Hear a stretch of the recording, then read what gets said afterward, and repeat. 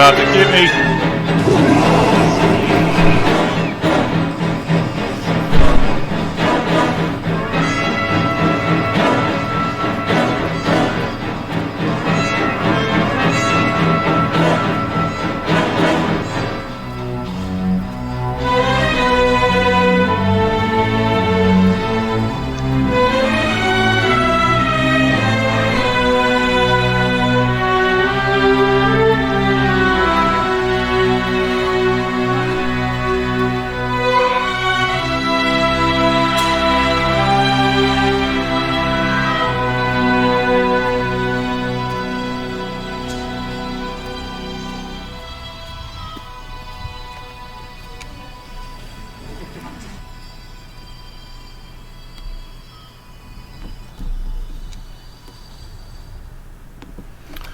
And welcome to the first ever developer livestream Q&A, and thank you all for coming. I see there's several people in our YouTube live stream. We got more people in the game here.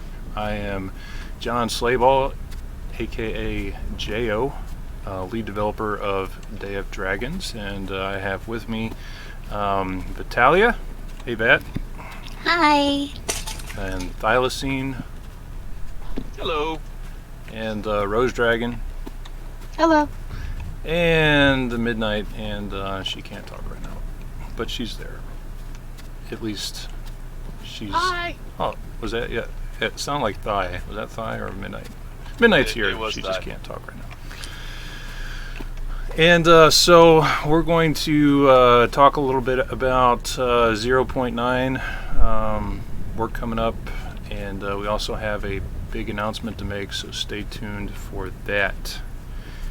And we are in official 1. The server might be full right now, but are you guys? What pond are you guys at? I believe I'm at 3. 3 pond. Mm-hmm. Is that the one with all the people? Yes. Is it laggy over there, or is it? No, actually, I'm doing pretty good. Yeah, usually it's just that alpha course that makes it lag a little bit. Mm-hmm. Hello. I see you. Boop.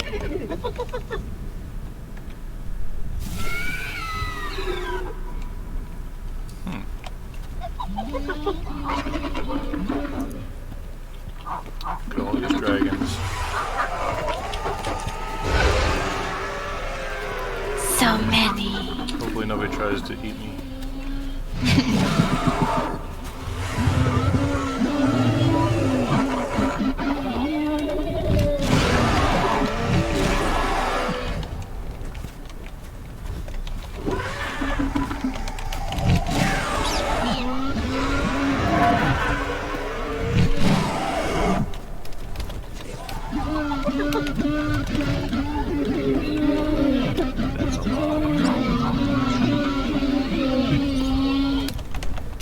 Definitely. So many.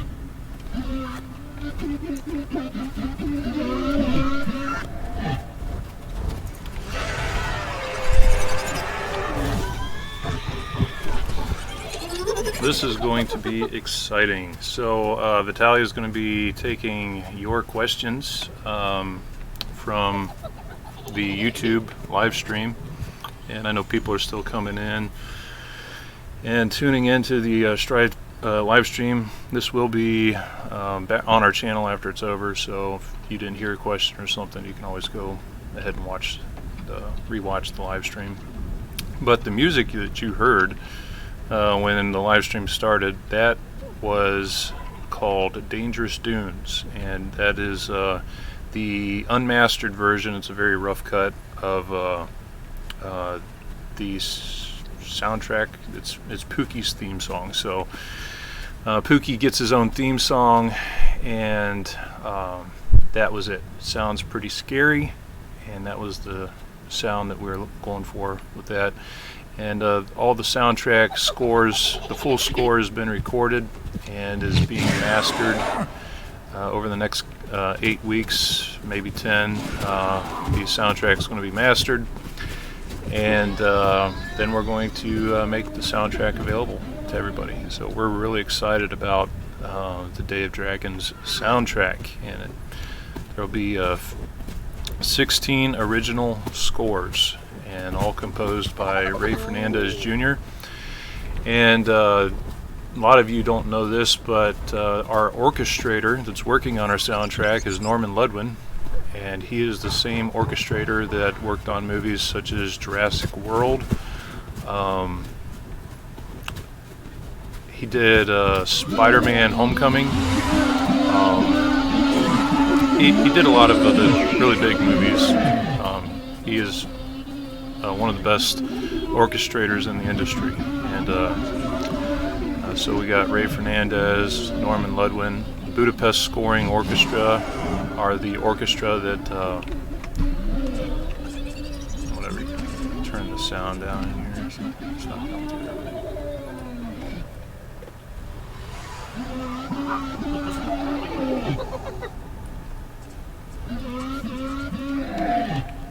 Oh yeah. I keep forgetting I'm playing on 0.8, and the volume sliders don't work on 0.8, but they do work on 0.9. Isn't that exciting? That is exciting. Yes. I'm a little out of I'm a little disoriented on 0.8 because 0.9 is so much different. The chat commands are different, the UI is different, a lot of things are different, so I'm a little disoriented at the moment playing 0.8, so you'll have to forgive me. But Budapest Scoring Orchestra, who played and recorded our soundtrack, are actually the same orchestra that recorded Star Wars Rebels. I mean, these are people that are used to working for the biggest names in the industry: Disney, Sony, MGM, all those big companies. So. But we do have a big announcement to make, and so I'm just going to make that announcement now. We have hired our animator, and is it April? So I'm making this announcement a little earlier than everyone expected, but we have hired an extremely talented animator who specializes in creature designs. This animator has worked on a lot of really big movies. This animator worked on Disney's live action The Lion King. A lot of the creatures, the animals in Disney's live action The Lion King were animated by this animator. And this animator, I'm trying not to give away this animator's gender. I'm not going to give away this animator's name. That will all come later. We don't want her getting overwhelmed. Oh, I just gave away the gender, didn't I? We don't want we don't want this animator getting overwhelmed. So trying to get her, acclimated to the game and everything, slowly and steadily, and she's got a lot of work to do, and we're excited. She is extremely talented, and we can't wait to have her animating our dragons. So that's our big announcement, and we know people have been waiting. We have been working really hard trying to get an animator. So many animators are already booked under contract, but thanks to you, our backers, and thanks to you, those that bought the game on Steam, we are able to hire a AAA quality creature animator. Questions have come up about the current dragons in the game. These will all be going away. They're all just placeholder models. And one of the things that has come up is, people say we released the game too early. That's, yes and no, because the original plan was that we were only I didn't even know if we were going to raise $12,000. I was going to release the game in November before I even put the game on Kickstarter. It was always thought to be a single A title. I never thought that it'd get funded enough to where we could actually make it a AAA quality game. And then Kickstarter happened, and it's like, well, what do we do now? Do I go with the original plan and release it early access in late November, early December, or do I just now put it all back, push everything back? And so I released it on schedule. Like it was a couple weeks delayed from when I wanted to release it, because we had a little trouble getting server persistence in, but I released it. And so what you're playing here is the game that it probably would have been like if Kickstarter never happened, using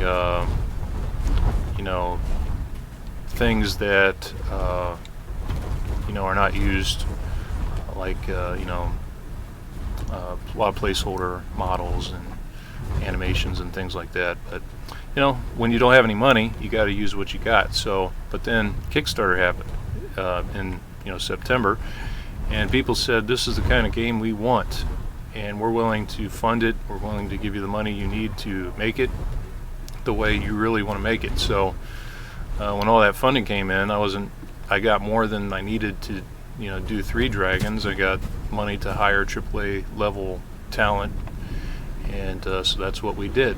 And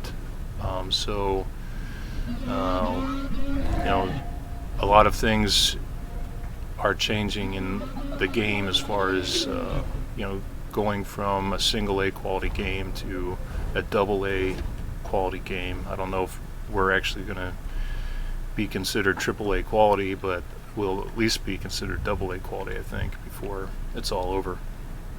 But the dragons that we're making are extremely beautiful. The mega map is extremely beautiful. The animations, the sound effects are extremely beautiful, and the animations are going to be beautiful because our animator is extremely talented. And so, what more can you really want? So we're excited about Day of Dragons going forward. So all that said, we got any questions ready for us, Bat? Yes we do here. Let's see. So this is from Brianna. The day and night cycles scare me sometimes. Will we have a more fluid transition? Yes. Day and night cycles are definitely going to get smoothed out a lot. The lighting in 0.8 right here, the day and night cycle never really got polished. The lighting never really got polished. It got to where it was acceptable, but it never got polished. And because I was so busy doing other things, and when you're the only coder, you got to prioritize your time. And it worked, but it's definitely going to get polished. It's going to be smoothed out. It's going to look so much better than it actually does right now. This is one that has been going around for a few days. This is from Fuzzy. Why are dragons that was said to be purely Kickstarter exclusive now not, such as the hybrid? Can you kind of clarify that a little bit? Yeah, so this is something that we spent a lot of time thinking about. And when Kickstarter came out, I said, hey, here's a $20,000 stretch goal dragon, and we put out the healer, and that was, I thought this would be the only exclusive. Sure, for $20,000, we're going to put out an exclusive dragon that all backers would get. And people wanted, we hit 20, and then people wanted more stretch goals, so we did a black dragon skin, and then people wanted more stretch goals. We did the nurse dragon, and then the hybrid at 50, and then the behemoth at 100, and then micro feathered at 500. So these are dragons and that people got, the stretch goal rewards that people got for backing at the $18 pledge level. So nobody had to get those, nobody had to pledge more than $18. And so those stretch goal rewards could be acquired with an $18 pledge. That's less than what people pay for the game on Steam who don't get the reward. Thinking ahead into the future, looking at populations, server populations, the Kickstarter to non-Kickstarter ratio, and the necessity of these stretch goal dragons in the game balance. And even during the Kickstarter campaign, people asked me, will these dragons ever be available for non-backers? And at first it was like, no. And then, as the community started growing, and then I'm thinking, well, maybe, and I said, maybe things might change. They'll definitely be available in single player. We don't know if they're going to be available in the multiplayer, and if they would be, it'd probably really be hard to unlock them or something like that. So, after looking at our game and the necessity of the Kickstarter dragons going forward, the stretch goal dragons, and I said they would never be sold. We'd never sell them. They would never be, made available as in another Kickstarter campaign or anything like that. So, but I did say there was a possibility things could change. I said it's development, things may change, and they might be available as an unlock or something like that. It just depends. Well, we talked as developers, we talked to some of our Kickstarter backers, and after I explained to them why we needed these dragons in the game, and the system I wanted to implement, people were okay with it. And they said, you know what, this sounds like it's something the game actually needs. So what we're going to do with the stretch goal dragons is all Kickstarters that backed the game will have these dragons permanently unlocked on their account on any server they play on. So you'll still be able to select the dragon and just spawn in the game as that Kickstarter stretch goal dragon. And it's my puppy. And so the stretch goal dragons will be available for all the Kickstarters. But for the non-backers, they will still be able to earn the dragons in the game per server. So let's say they go on official 1 and they want to unlock the nurse dragon. So there's things that they'll have to do in the game to there's kind of like a path to the nurse dragon that they would have to be able to unlock that. And then once they unlock the nurse dragon, then that is available for them on that server only. So then if they go to official 2 and they want the nurse dragon on that server, then they have to go through the whole unlocking process again on official 2. And they have to go, and if they want the the healer dragon, then there's a process that they have to go through to unlock the healer dragon. So going through, for a person to go through and unlock the healer, the nurse, the behemoth, ice drake, the micro feathered, the hybrid on every server they play on is going to take them a lot of commitment and a lot of time. But for Kickstarter backers, they are just automatically unlocked on every server.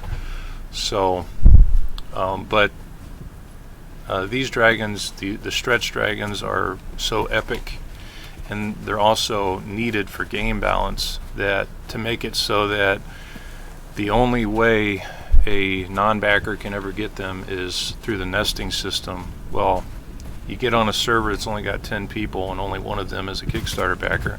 Well, the Kickstarter backer might not have anybody else to nest with, and then you run into situations where there might not be any Kickstarter backers on those servers. So you have dragons that are necessary for the game that can never be achieved on some servers because there is no Kickstarter backers. So an unlocking system is necessary. And then you advance the game, you think 3 years into the future, and 3 years in the future, there's only 12,000 Kickstarter backers.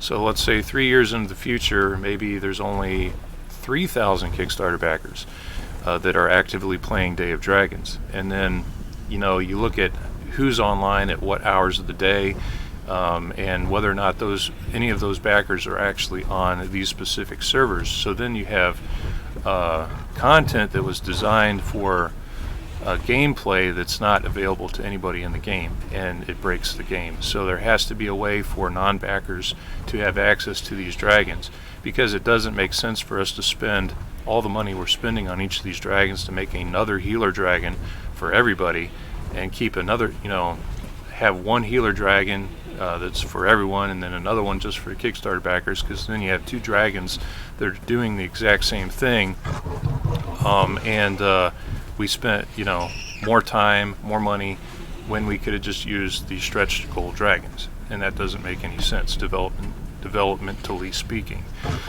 So then as far as the actual Kickstarter exclusives, the things that, again, the stretch goal dragons are things that nobody actually paid for. They didn't pay extra for. They pledged $18, and you got all the stretch goal dragons. So it didn't matter if you pledged 18 or 225. You got the same stretch goal rewards. But then, the other stuff, the stuff that people actually paid extra, pledged extra for, like the bio dragon, the white dragon skin, the gray dragon skin, the dark elemental skin, those will remain Kickstarter exclusives, and they will not be unlockable in the game. They will never be sold again. Kickstarters who paid for those specifically will always have them. Nobody else will be able to get them, and the only way that they could get them is if two Kickstarter backers with bio dragons nested in a non-backer, and then that non-backer could have a bio dragon for one time until it dies. And then once the bio dragon dies, they have to find two Kickstarter bios to nest them in to be a bio again. And the same thing with the white skin and the gray skin. Those are they would be passed on down through the nesting system. But there's a 50-50 chance that if a white dragon skin and a blue skin, there's a chance that the offspring would have the blue skin and not the white skin. So there's still that rarity there with and the fact that only Kickstarter backers who bought the white skin have the white skin. So the pledged for exclusives will still remain Kickstarter only exclusives. They will never be lockables.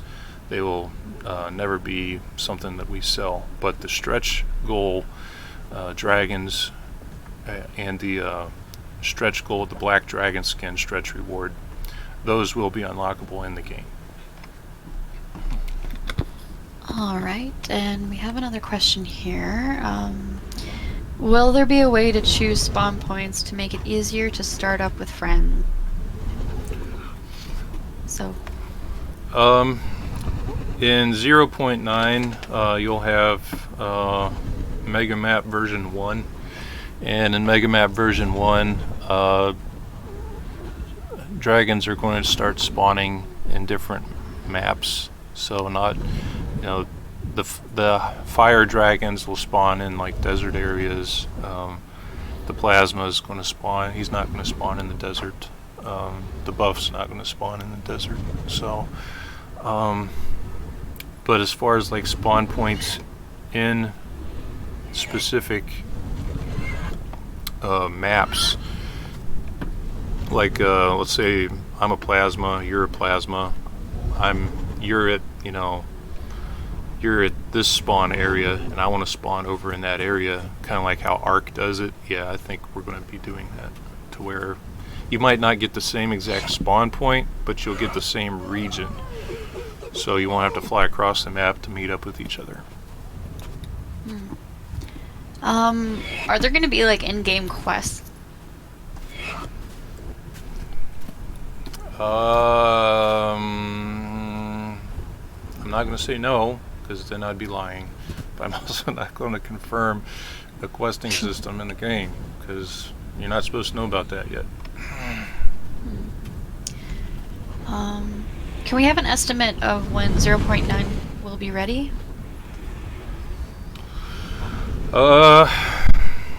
With the whole coronavirus stuff going on, and one of our developers, is possibly has coronavirus, so pray for her. But I don't know when it's done. I can't really say exactly when, but I'm hoping that 0.9 and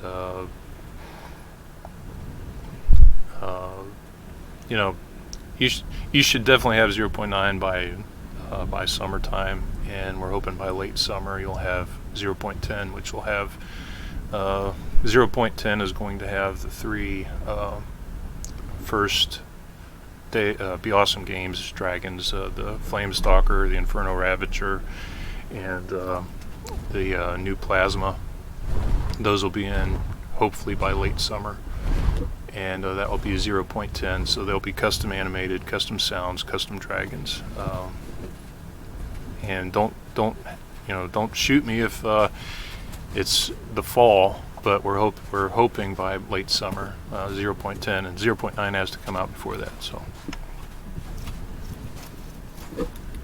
All right. Let's see here. Oh.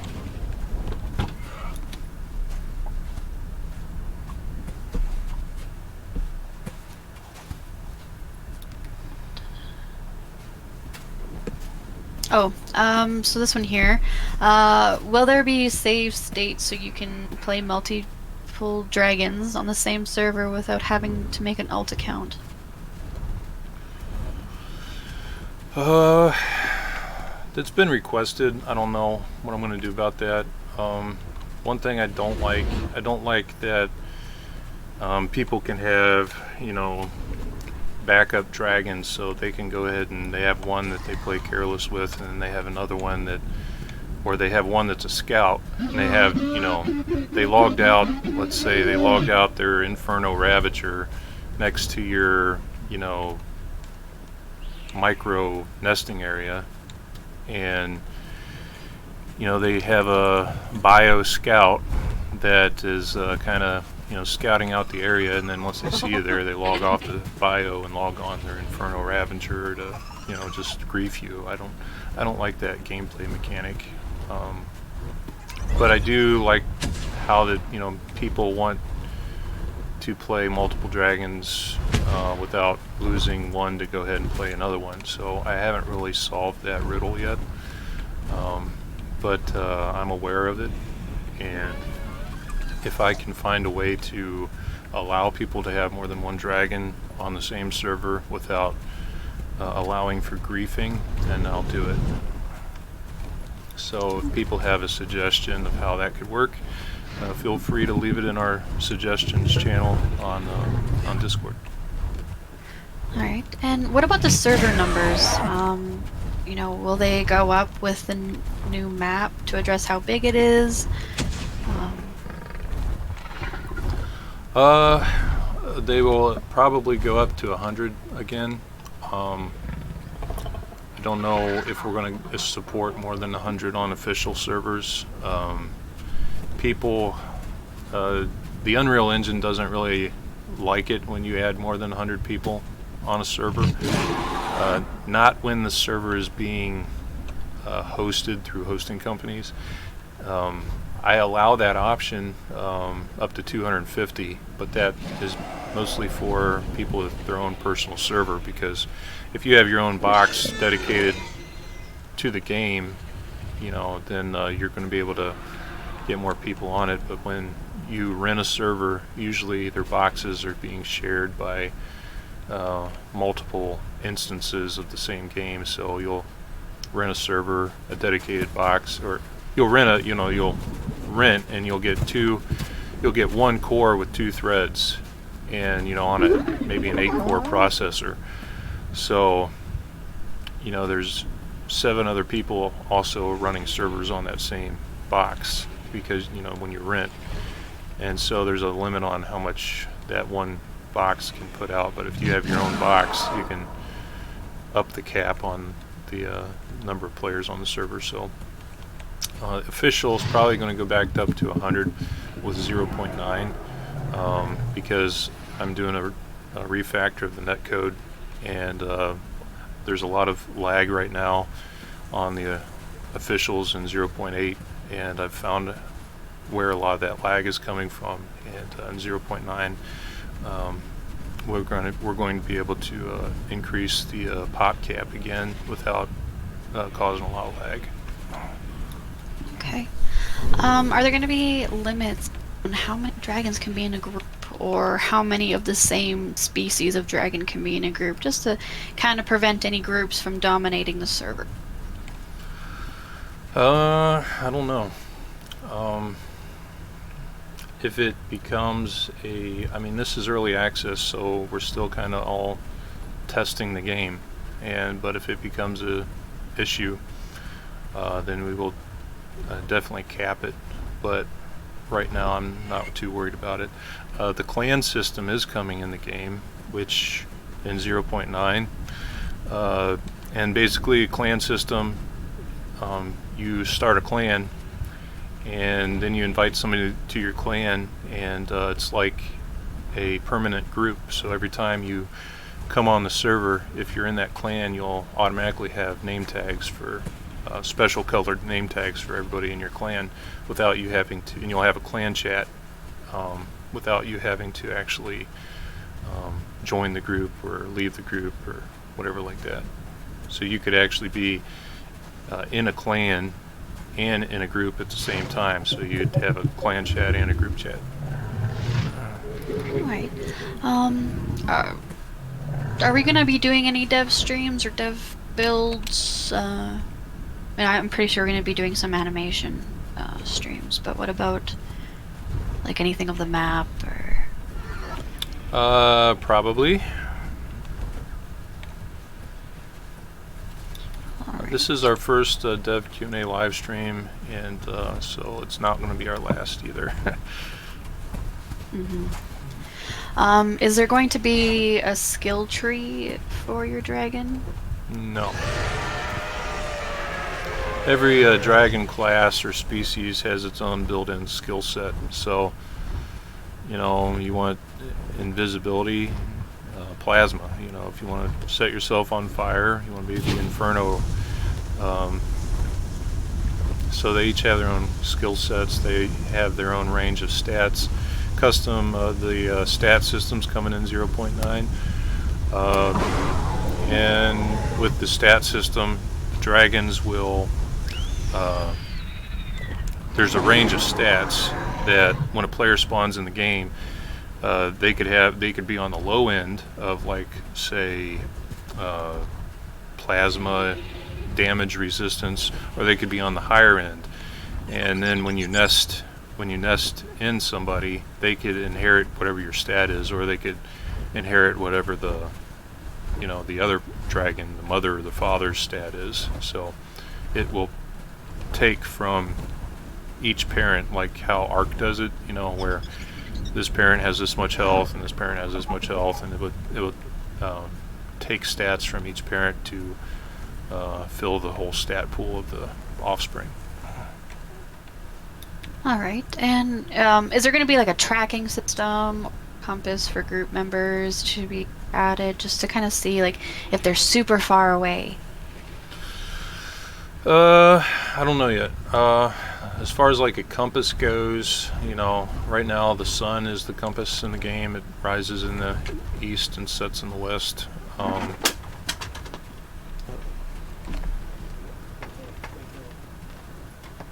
be careful.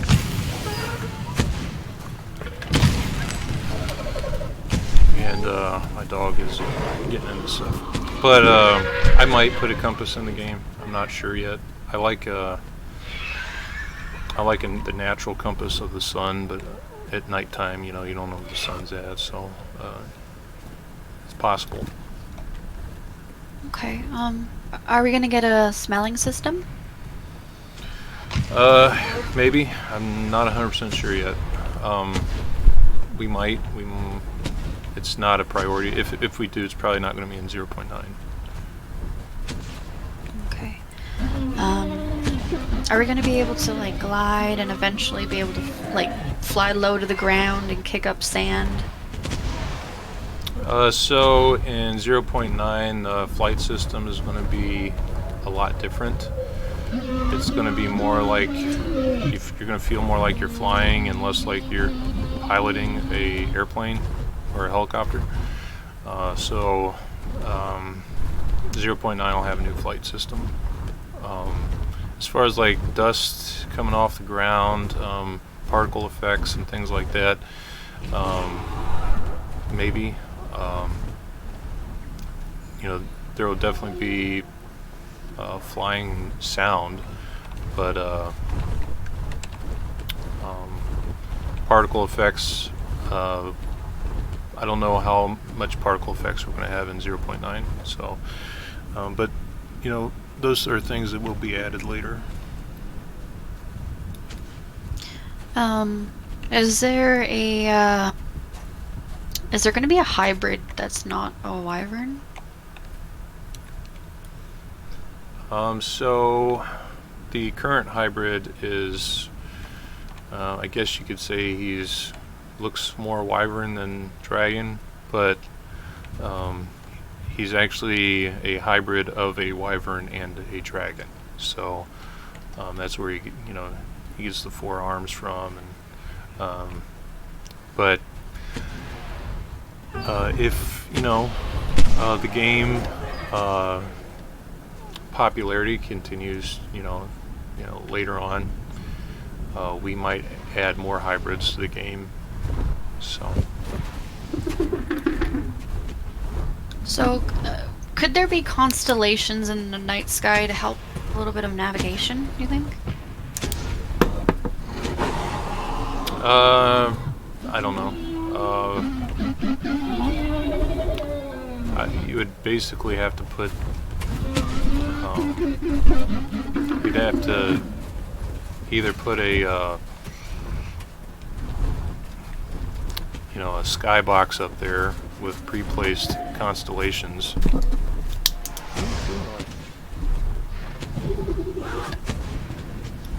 Hey, that's a no.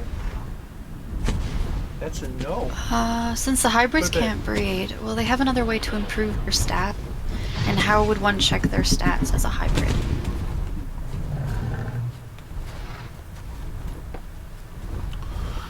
Sorry, I'm gonna have to put my puppy up real quick. She is chewing on my chair. Hey, good night, you go to bed.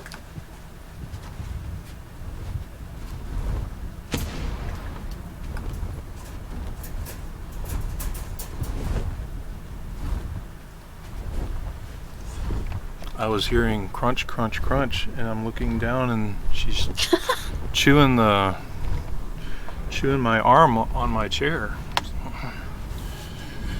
Oh, fierce puppy. Yes. What was the question? So, since hybrids can't breed, will they have another way to improve their stats? And how would one go about checking their stats as a hybrid? So, hybrids can't breed.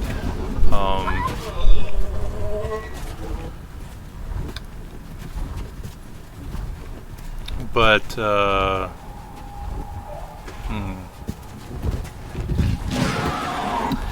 hybrids cannot you know, when a hybrid is born, it's sterile. So you can't like have a hybrid and then have hybrid babies. But there's still going to be a way for hybrid eggs to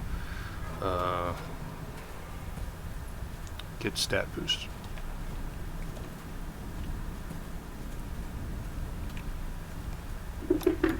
And will there be any potential mutation, randomized color that not exist? Yes, there's going to be like there's going to be a lot of secrets in the game, things that the players are going to have to discover. But you know, and there's going to be like, you know, common colors that you see a lot. There's going to be uncommon colors you don't see as often.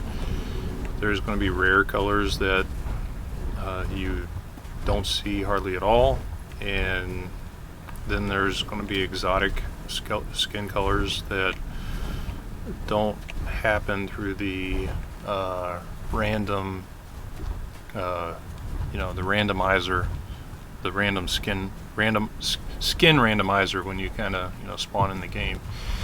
And we're probably going to have like a very limited palette for people that want certain colors. You know, of course, people that have a white skin or the gray skin or the black skin, they'll be able to just select that palette right off the bat.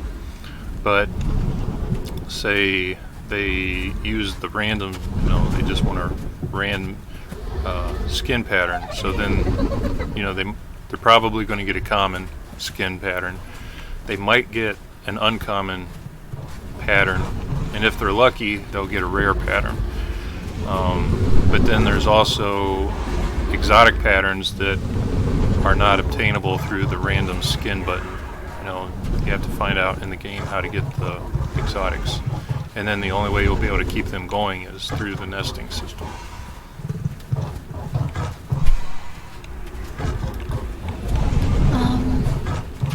Will you be increasing the range in which breath attacks reach? Yes. Okay. And is there going to be any natural hazards such as sinkholes, earthquakes, landslides, and other things? Not anytime soon. You know, it's cool, but I don't know if. Because, you know, when stuff like that happens, it changes the map, you know, so how do we get the map back the way it was? Do we want to change the map? You know, what if, you know, the server's been up for 3 months and, you know, or all the things have already changed on the map, and somebody comes in and has never seen it before, and it's just, they think it's normal because it's how it's always been, because all those events have already triggered. So I don't know. If it does happen, it's going to be a long ways down the pipe.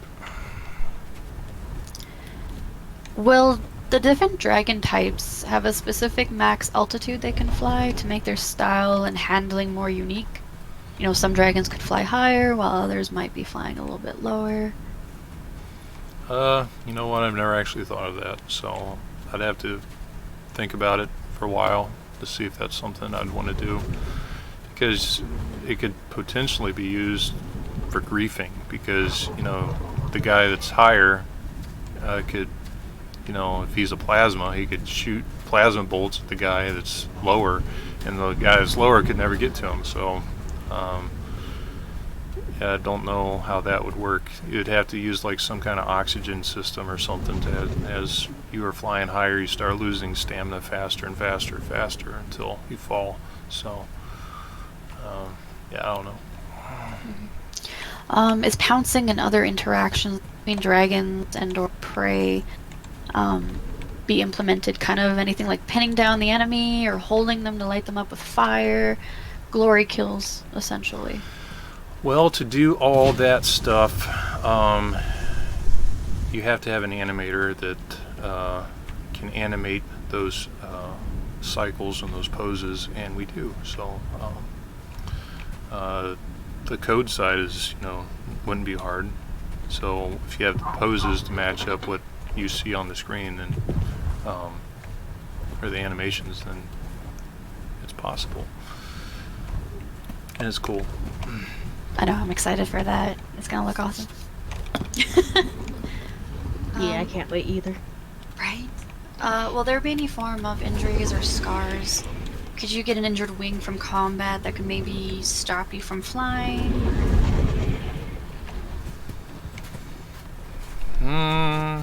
There's, there's definitely going to be a bleeding system.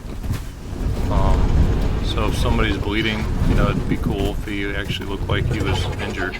I'm all for that. And we have a 3D modeler, texture artist, who can do all that stuff. So there's a good chance you might see something like that in the game. But it won't be right away. Yeah. What will be right away, what our number one priority right now is getting the models game ready for the, animation, and then getting them animated and put in the game. So what about skin patterns? Are we able to choose any stripes or leopard spots, anything like that for skins?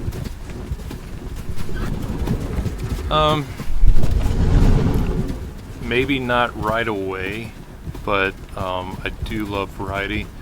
It'd be, I would like for, on a 100-person server, for every person on that server, if everybody picked the same dragon, for everybody to be able to look different. That's what I would like to see. At least 100 unique, skins or whatever for each dragon.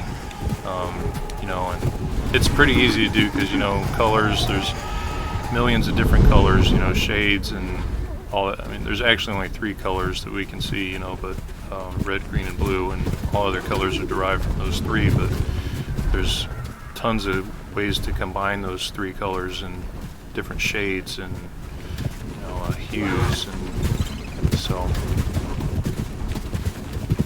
But right now what we're focusing on, like when the dragons do come in the game in 0.10, you'll have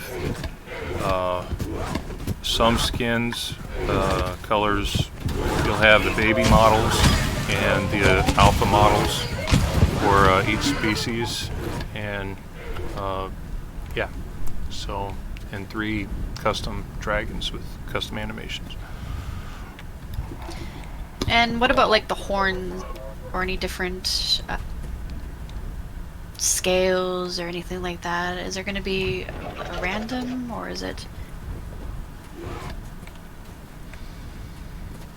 Don't know yet. Okay. There might be different lengths of horns. As far as like different styles of horns, I don't know. Each dragon already has its own unique horn look. So, having different lengths is fine, but I don't know if each species should have, because in nature, you look at like a bighorn sheep, and or even like a white-tailed deer, and there might be different sizes or different number of horns, but but you can always recognize a bighorn sheep, horns, or a white-tailed deer's horns, because they follow a certain design pattern.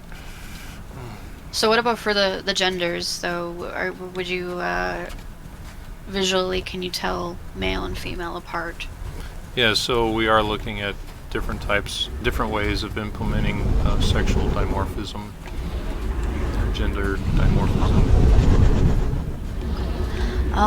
What about the AI? Are they going to have a bit of a complex behavior, like migrating paths, breeding, different responses to the player, depending on the number and the collective strength compared to the player?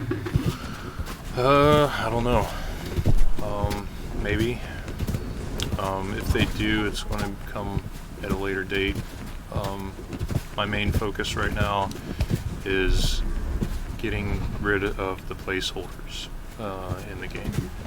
So that's what everybody complains about, is the placeholders. So that's our #1 priority right now, getting rid of the placeholders.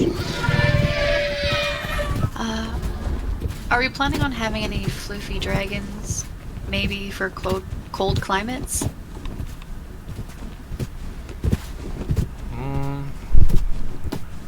No, we are going to have a feathered dragon, at least one. So we might have furry dragons, we don't know yet. Right now we got, is it 19? 19 dragons in production right now. And there's room for more after that, you know, but the 19 that are in production are the 19 needed for the game, and then after that we can add more, but right now I'm focusing on the 19. And what about any saps? What's that? What about the any herbivore dragons? Are there going to be concepts? Yes, the bioluminescent dragon is actually a herbivore, so it'll be able to eat bushes.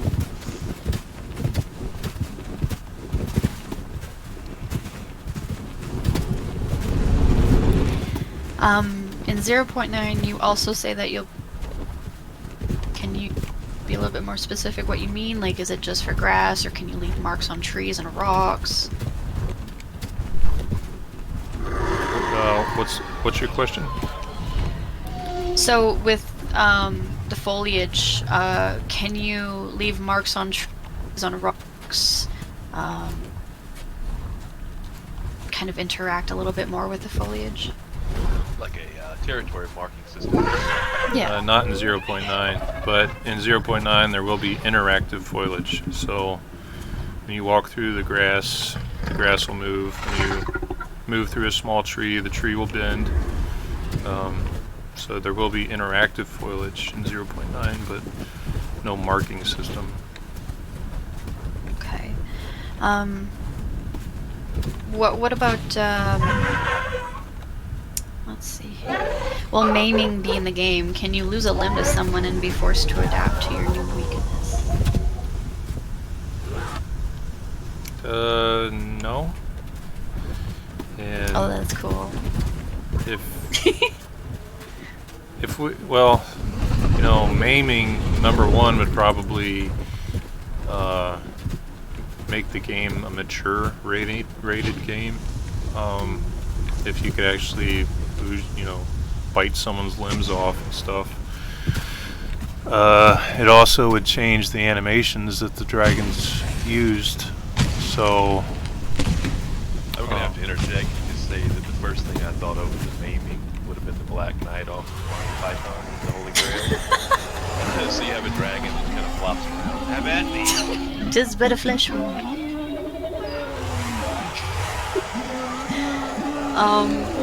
Can we build our nests? you mean for the nesting system? You don't like gather materials and construct your nest, but you can place it where you want to. Well, I'm kind of entertaining making it so that even though you'll be able to put a nest where you want to, it'll be more beneficial to put fire dragon nests in hot areas and ice dragon nests in cold areas. That'd be cute though, to like make your own nest. I feel like a bird just collecting sticks and twigs. Like, you know, you put a fire dragon nest in the desert and you won't have to spend as much time incubating it. It'll incubate faster because it's already a lot warmer. So things like that, to where if you put it in, you know, the Arctic region, you'd have to constantly keep breathing fire on it to keep it warm. Will there be other ways to increase the speeds? AFK growing is, you know, getting kind of boring and not fun.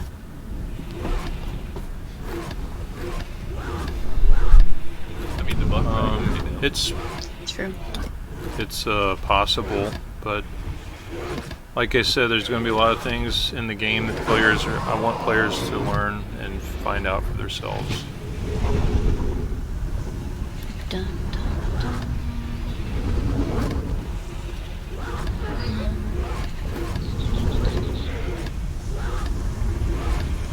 How will PvP balancing be put in place for dragons like the nurse? The nurse is slow and can't be long ranged at all. Stuff like plasmas can kill them too easily in my mind, says Wolfie.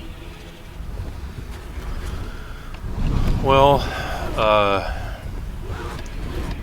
if a plasma ever got close enough to a nurse, it would probably not live to tell the tale.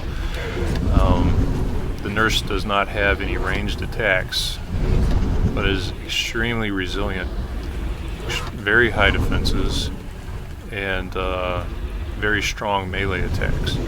So you got to balance stuff out. So even if it had a ranged attack, it wouldn't be able to catch or get close enough to a plasma. So every paper needs scissors, and every scissors needs rock. You know, and every rock needs paper to keep them balanced. So somebody who's a nurse is probably going to want to avoid plasma dragons. But, you know, there's going to be a lot of other dragons that will want to avoid the nurse because the nurse would just steamroll it if it could catch it. So the nurse is going to be well balanced. So, and this is a game where you want to play, you know, we want to encourage people to play with the dragons, you know, not just try to like have an army of nurses or just being able to, there's not going to be like one dragon that everybody's going to want to be because it can do everything and doesn't have to worry about anything. The game is going to be balanced. So every dragon will have strengths, and every dragon will have weaknesses. Right, mess with the babu, you get the stabu. I still love that. Who was it? Was it? I think it was Atomics that said that. It was great. Will Drakes have an alpha stage? The acid spitters? Yes. Yes. What about the ice drake and fire drake? The ice drake? The behemoth? Yes. The behemoth is in automatic alpha. So this dragon is the behemoth class dragons are the only dragons that reach alpha without having to do anything special in the game. In the single player, will we get AI mates? How will nesting work in the single player?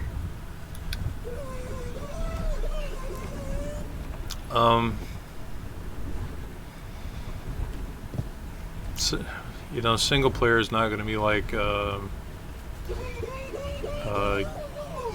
everything is simulated for you, to where you have, instead of real people, you have AI dragons to interact with. It's going to be you surviving in a with living on AI and things like that. So you're not going to find other dragons to nest with. Now, will there be like other dragons in single player? Probably eventually, but starting off, it's going to be like a no player version of multiplayer. Alright, will the AI creatures have status effect that can affect the dragon as soon as it was consumed? You mean like something that happens after you eat it? Like a buff. Yeah. There might be reasons to hunt specific type of prey.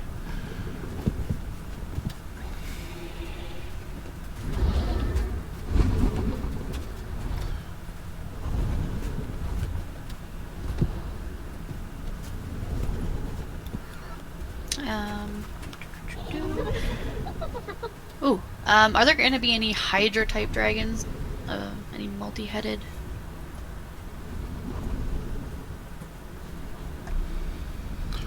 Well,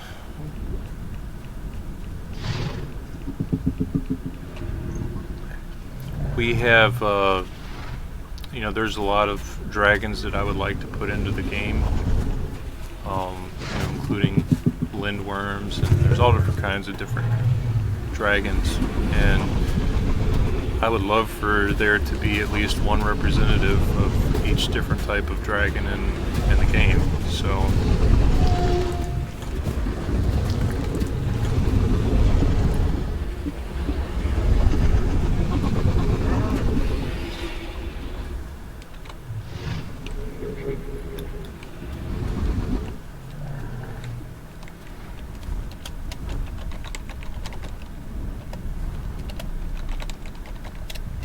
So Hammerhead, with your question there about leaving marks on trees and rocks, I believe he answered that with a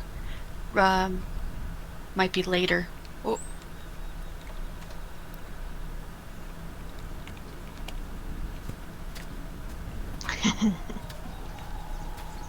You're so tiny in the forest.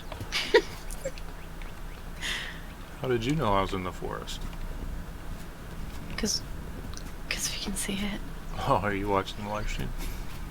Oh yeah, sorry. Oh, okay. I'm reading the questions. Oh so. yeah, okay. Jeez. Right, if I could like have all these questions in my head, that'd be great. But I can't take all that credit. It's everyone else. Their questions are just teleporting to your mind, so that's how it Right. works. I'm Telepathic, actually watching the live stream too on another computer. Oh, multitasking. I don't think we're gonna have an undead dragon, as far as I'm still aware. It would be What am I cool, reading? but I don't know. Yeah, it would be cool, but. Oh, have you given any more thought to flying through the clouds and kind of hiding behind them? Maybe I already have flown through the clouds and I can show you the world. but I don't know. I don't know what all. You know. See, when you're making a multiplayer game, you have to do a lot of. There's things that you can put in. There's things that, when you put them in, they look great, but then they really hurt performance. And you know, some things look really good, but they kind of hurt people that have lower end computers. So that's why we gotta, you know, test everything. So volumetrics is a little expensive compared to you know, like sprites or, you know, 2D images and things like that. But we'll see. I have flown in the clouds in development.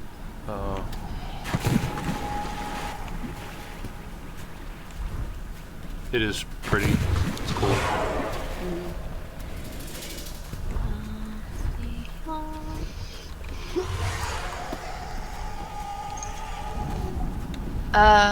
So what will the final game's biome list be? We got the desert, the redwoods,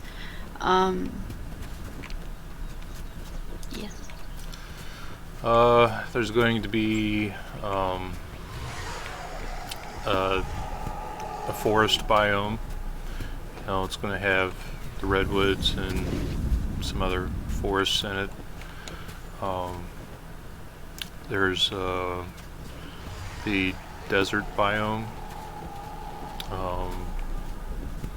There's an Arctic biome, a swamp biome.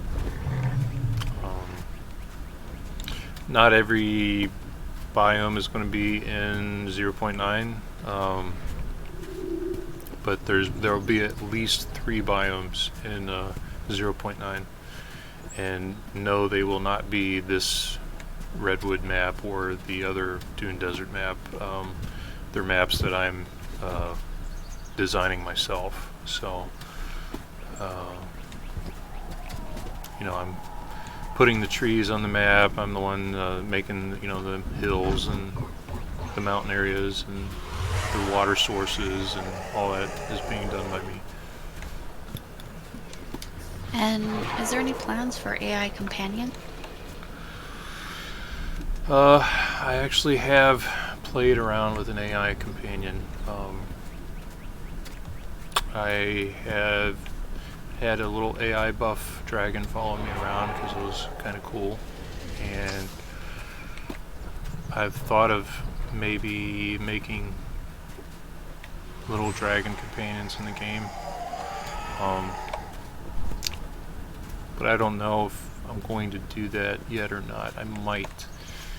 I have to find a reason to do it, other than just because it's cute.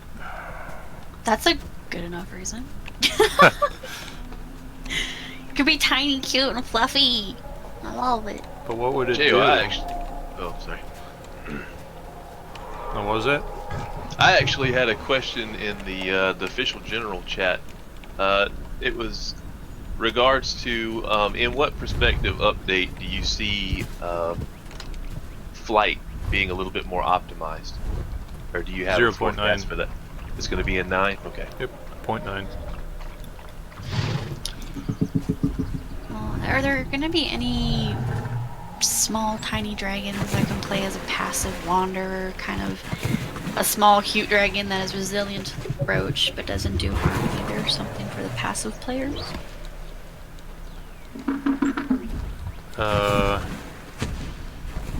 Run that by me again. Can you have tiny dragons that really don't do anything for passive players? Like the micro feather dragon? Yeah, like, are we gonna have any more of those, or?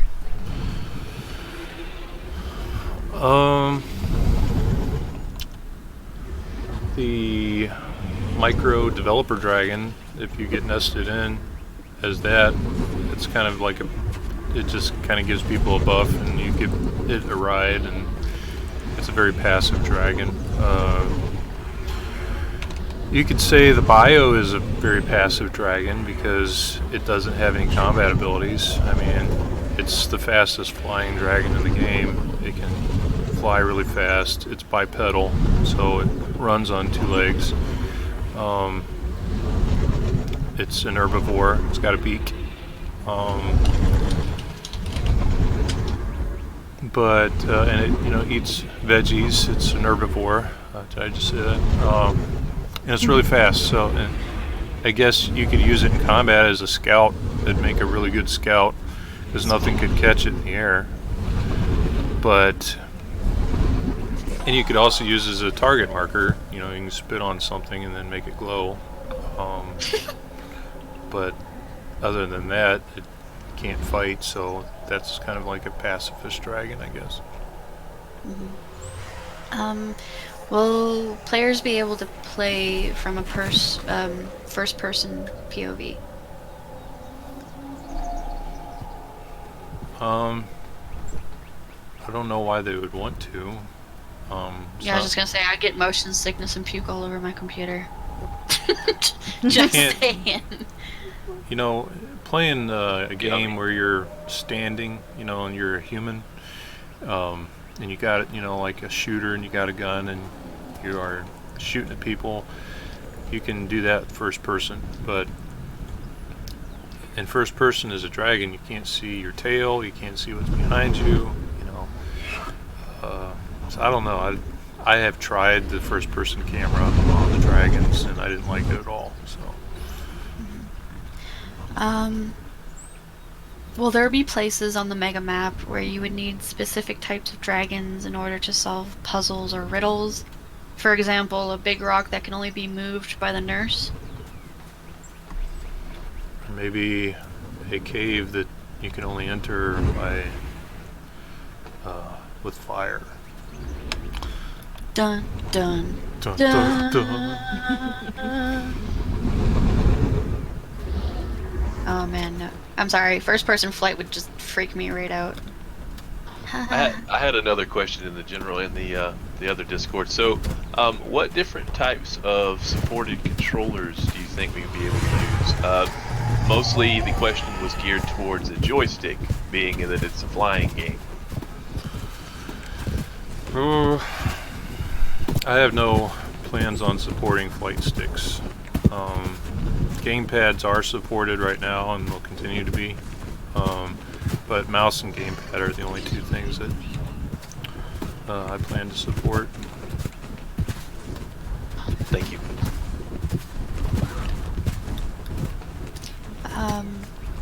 Have you guys looked into doing more work on the AIs? Is there any more progress on the AI? Yes, AI are going to get a lot of work.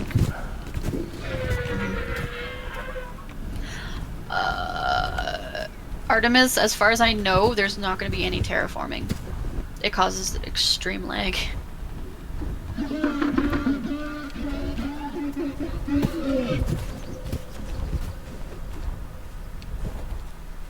Will we be getting an Asian type dragon? Like a, was it a long dragon? A long, yeah. Yes, thank you, Rose. Pro. You're welcome. I believe there's. We will put that in the same stuff like that. answer as for the Hydra. Gotcha.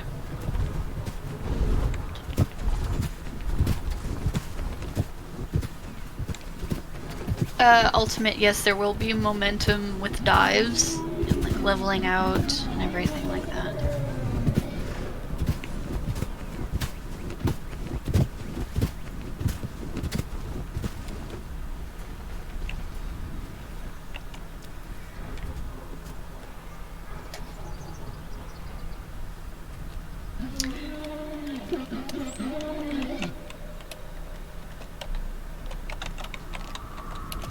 Did I get kicked? No. Okay, I'm like, is that me? Okay, I'm still here too then. Yay! I was like, I accidentally clicked on something and it transferred me somewhere else. Elementals are super OP, I believe. And you might have to kill it or something.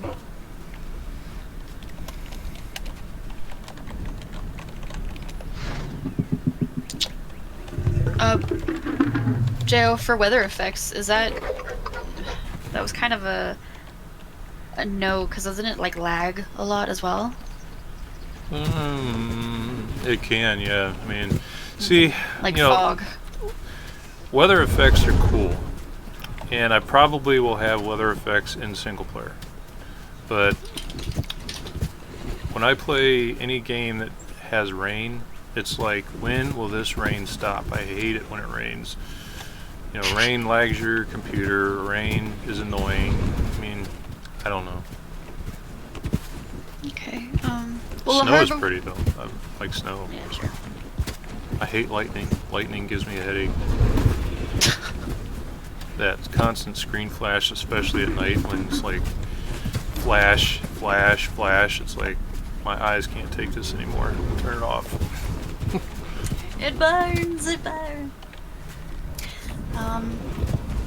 Will herbivore dragons be able to graze, or is it a specific plant?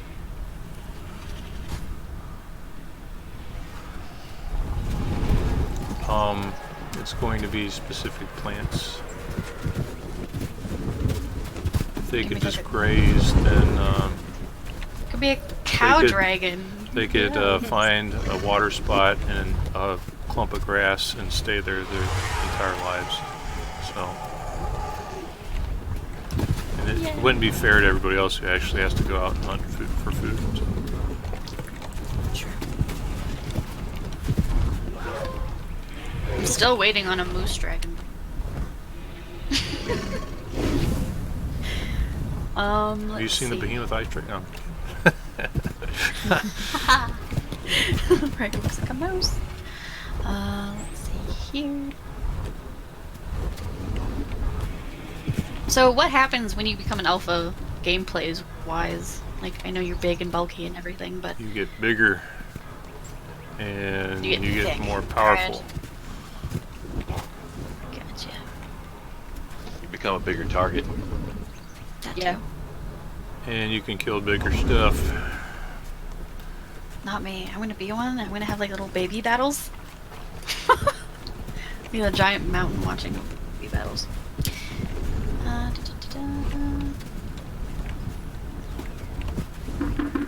How complex do we want to make the combat system? I want to make it so complex that only a kindergartner would understand it. Gotcha. I'm kidding. I don't really. It's not so much a complex. I'm more looking for easy to learn, takes time to master type combat system.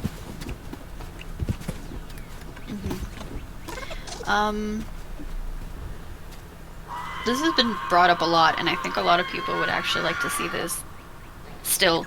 You know, as far as hatchlings, are we going to be able to see them like try to fly and try to breathe fire, like having to practice all of that in order for them to actually reach it? Because I know you said once they hit like 0.5, I believe.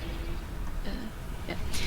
They fly and breathe fire and everything, but can we actually see them training, I suppose? I don't know. The 0.5 system's going to get looked at. I don't know if I'm going to keep the 0.5 system.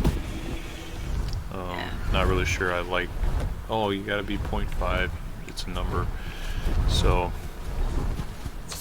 I might be looking at changing that. Yeah, because I find like having to train yourself to do all these things would be a little bit more interactive and realistic. I think it'd be nice. Maybe you have to find the tallest mountain in the game and jump off of it and not die before you can learn to fly. Oh my gosh. Great. Good luck, children. One at a time. Every time I jump off, I die. Did you push F after you jumped off? Oh, I gotta push F? You gotta spam F. Spam it. Let's see here. So basically, you're left with that cliff diver mentality. Like, I really hope my chute opens. Right. Right. Yeah. I'm literally just gonna sit there and just watch babies yeet off a cliff and try to fly. Good luck to you, little one. It's like virtual Do it. Darwinism. But is there going to be areas that you would have to kill a boss first in order to be able to enter the place safely? If there's a boss critter, garden, whatever you want to enter, I guess you would want to kill it before, so don't chase you in.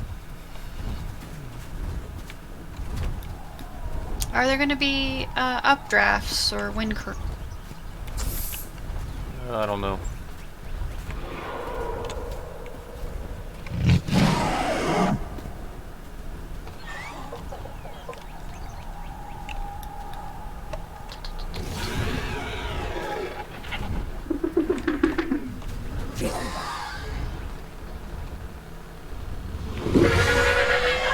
Will the boss AIs have more intricate behaviors and animations to help us not get one-shotted completely without warning when we fight them? And to kind of add a little bit of complexity. Yeah, AI is going to get polished. By 0.9, I don't know, but it'll either be 0.9 or 0.10 when the AI gets all polished. Up till we were doing a lot of really fast updates, you know, getting stuff out because I wanted to get the game to a stable, playable state of what, like I said at the beginning of the live stream, the original plan was to get the game, you know, I had a production schedule, and it was get this in the game, and then after all that stuff's in, and polish as we go, wait for the 3 new dragons from the $12,000 Kickstarter fund, you know, pledging that was the original goal. And you know, all that changed after I got all the funding, and you know, so now we're going to a slower development model where we're going to be getting a lot of content done. It's going to go point 9 will go to the game dev, so the game dev testers, who are the closed testers, they will be playing it first. We'll be testing bugs and balancing, and then after that, then we're going to put it on the public test server, and then after that, then it'll go live for everybody. So we're still you know, working on point 9, and when it's done, it will go to game dev. Game dev will have it for as long as they need it, and then it'll go to test and then live. So it's, you know, the update system is not as many updates, but the updates are going to have a lot more content in them, and they'll be a whole lot better than and the game's going to change. When point 9 comes out, it's going to look and feel a lot different. The UI, the character selection screen, there's a lot of new stuff coming.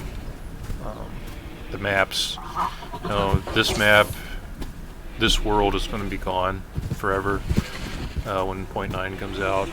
The Mega Map version 1 will be out, so you know, goodbye to this world. We'll still be using these placeholder dragons because the new dragons won't be until point 10. But at least you'll have the Mega Map, you'll have the nesting system, you'll have, you know, the alphas system, you'll have a new flight system.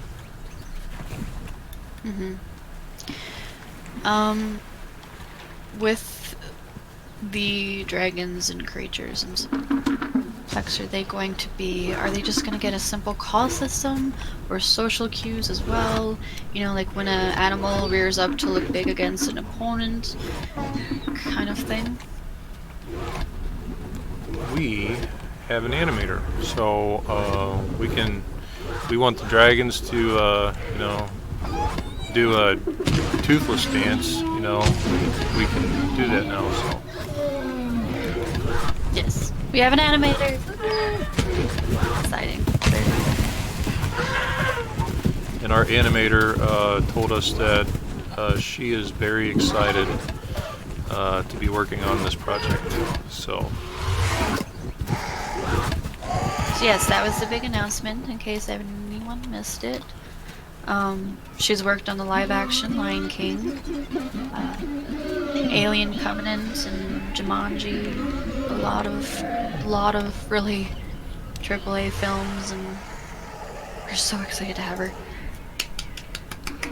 Yay! Yeah, I mean, her work is amazing. Yeah. And that's one thing about, you know, you never hear criticized is who we have working on this project. I mean, you know, Jahal, wow, that guy is super talented. I mean, the dragons, his sculpting ability and his modeling ability and his texturing ability is AAA quality. I mean, Simon is the sounds. I mean, all these sounds in the game right now, all designed by Simon Chylinski, who, you know, worked on Subnautica, and he's working on other game projects. And along with Day of Dragons. I mean, his talent is AAA quality. Ray Fernandez, wow, that guy puts so much heart and emotion in the music he composes, and he's AAA quality. And now we got a AAA quality animator, and you never hear any of that criticized because nobody wants to bring attention to the fact that the developers working on this game are AAA level developers, and you put all that talent in one studio, and you're going to have quite an amazing game, and we're excited about it. We just ask that people be patient, give us some patience. We've only been fully funded for 5 months now, going on 6 months. So it takes really big studios, usually a minimum of 5 years to make a game. So all we're asking is give us a year, 2 years, give us more than a couple months. So, and people say, well, you've been in developer for 2 years. No, I've been working on this by myself for 2 years. I am not an artist. I've told people I am not an artist, unless you could count writing art or music. I can play instruments and sing and write, but your Behemoth Dragon was pretty good, though. Oh, I think we should add that one. Yeah. Yeah, the stick dragon. Yeah. Stick dragon. Yeah. But this game has been in fully funded production, for 5 months. So people need to give us, some patience and time to finish it, because we sure got the talent. Oh gosh. And we got the vision. Yeah, definitely. What about the IK system? Is that going to be implemented soon, or? 0.9. Okay. And if not 0.9, 0.10. Just depends. Gotcha. What about collision? If you run into another dragon in the air, are you gonna fall? Kind of thing.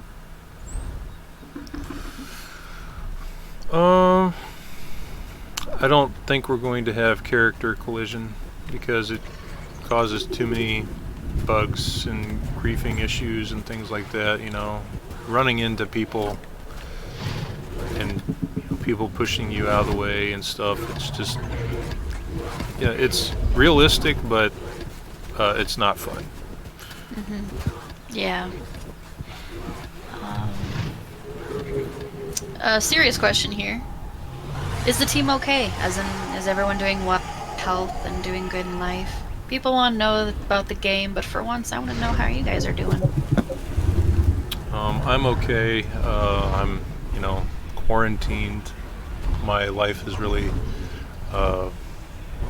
not changed, being an introvert, so it doesn't really affect me. You guys would have to answer for yourselves. I know that Freak it out, man! Freak it out! No, I'm kidding.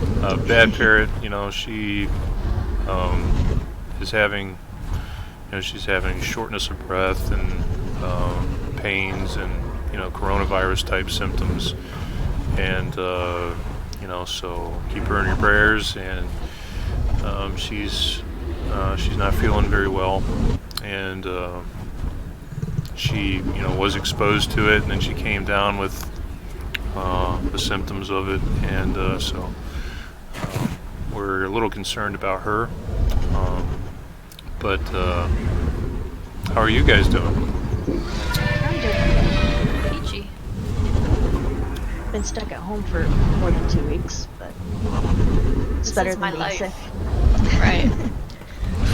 Like, I live at home. In my room. Computer. They say social distancing and call it an average Tuesday. Right. Yeah, pretty much. Will we get a? Yes, we are gonna have a dragon with 4 wings.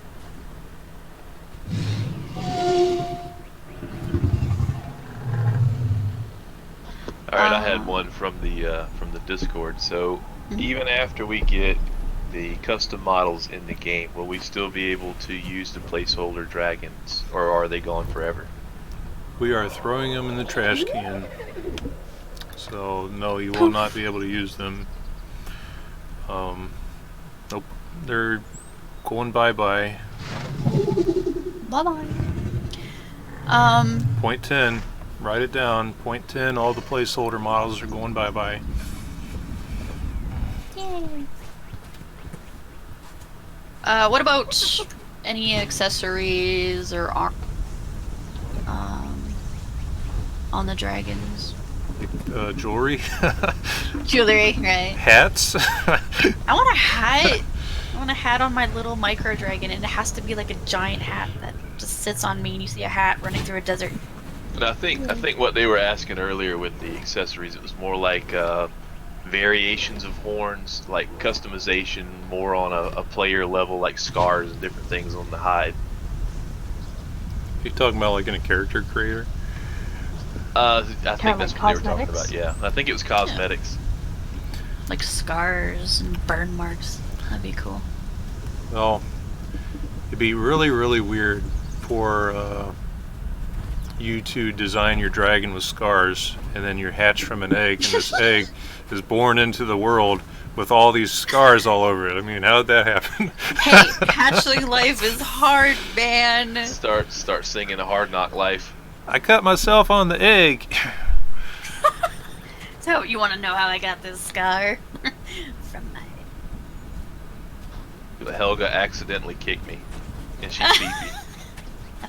I just stepped on me.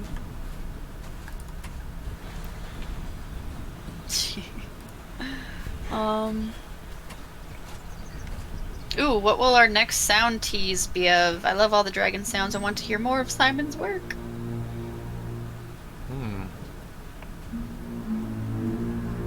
Uh-oh.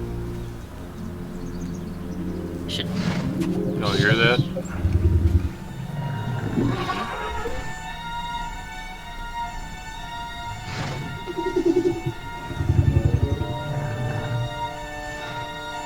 That sounds really spooky.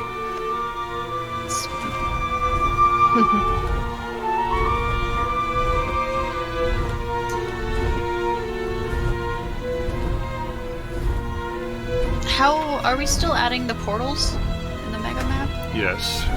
So how will portal guarding be handled? There'll be more than one portal to get to where you want to go.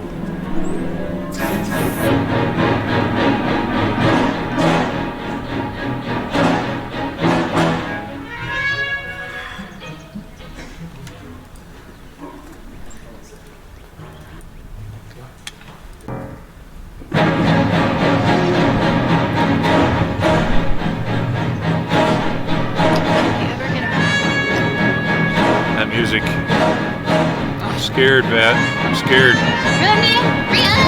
Run! Run! Thigh? Thigh? Thigh? Where's Thigh at? Where's Thigh? Oh, I started hiding. Rose! Run, Rose. He's right behind you, Rose.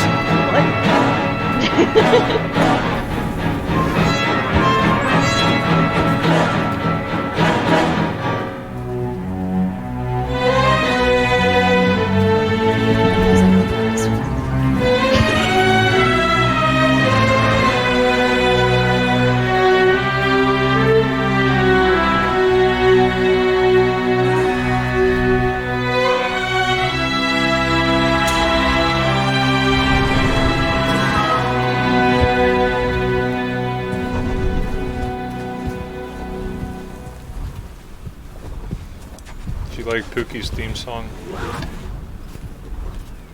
Love it, so spooky. It's spooky music. Spooky. Spooky pooky. Spooky theme song. Oh, sounds, sound effects.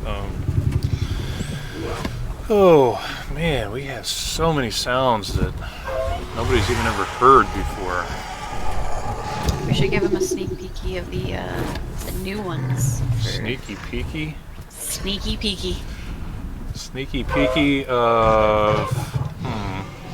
The hybrid? Hybrids, yeah. I don't know. We have some...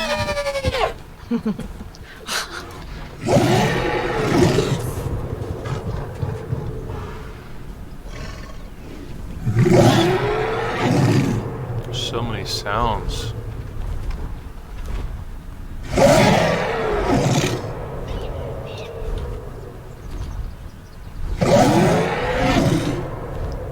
I really love those the healer dragon sounds. I have to find them. Yeah, those are really good ones. I'm annoyed. Oh yeah.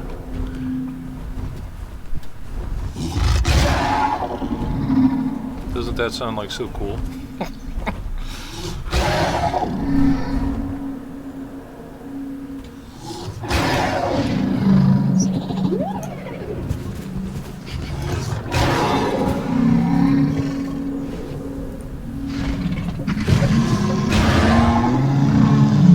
I like the nurse friendly calls. Number 5 and 7. Those are my favorite. They're so basic.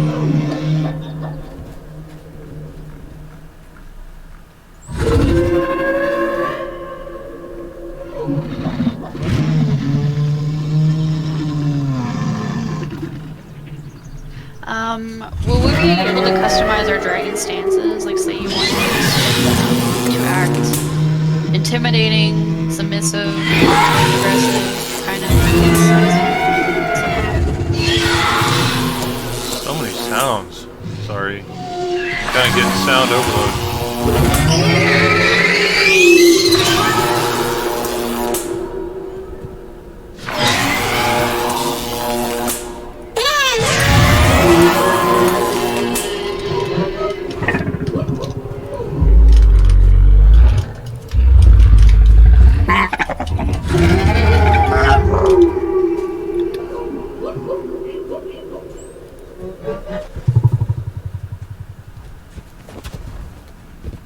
Well, how was that for a sneaky peeky?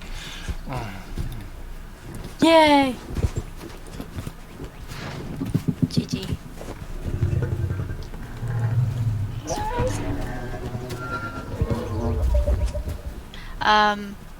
I think we're just gonna have portals, whispers.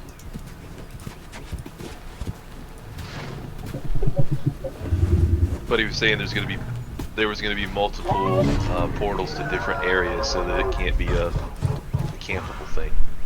Yeah, they can't camp them. No, he was just asking, like, if there was a no portal map, like, at all. So. Yeah.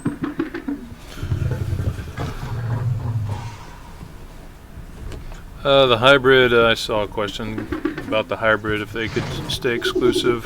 The hybrid is going to be really hard to get in the game through normal means. I don't want to go into it, but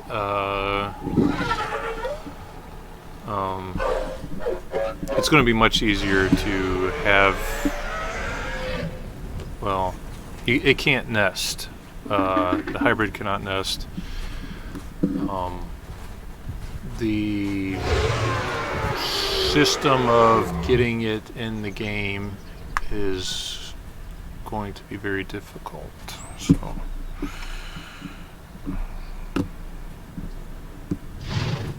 See, I mean, I want to tell you, but I can't tell you, because if I tell you, then you guys will be like, "Oh, I know how to get." No, I can't. So. You're not going to see it very often by non-backers, put it that way. And probably when a guide comes out and somebody said, "Hey, I found every step to unlocking this thing, then I'm going to change it. Ah ha ha ha ha ha. So it's always a mystery how to get it. Yep. That's awesome. Just nope. Nope. It makes You it so the thought. game doesn't get boring after a while. You thought you had it. Are we gonna, consider making an emote wheel where our dragons can have different stances, like scared, angry, communication-wise? Like maybe if they want to look a little bit intimidating. Your num buttons 1 through 9 on your keyboard. I'm probably going to have, or 1 through 0. All of those will be emote buttons of some sort eventually.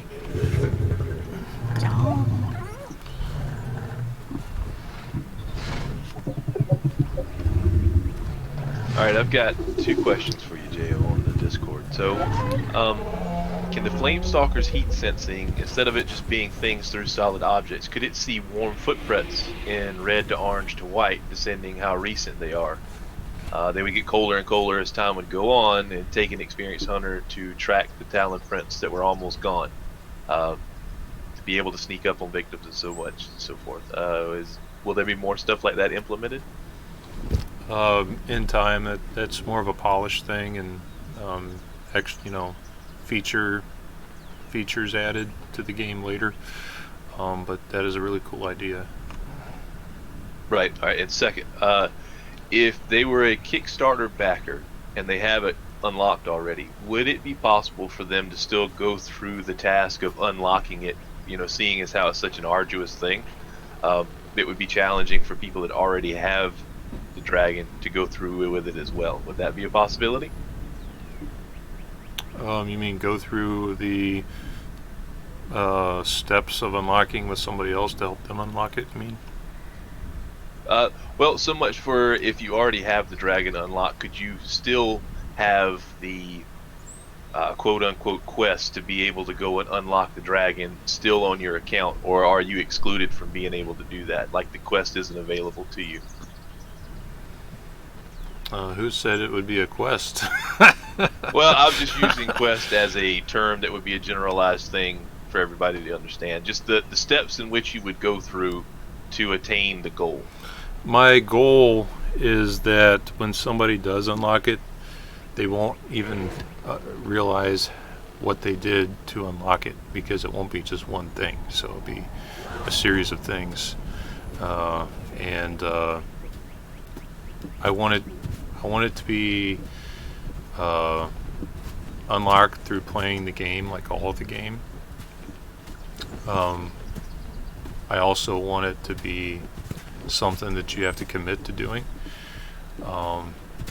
and I want it to be something that when you do unlock it, you have no idea what you did exactly to unlock it. Poof, it was just there someday.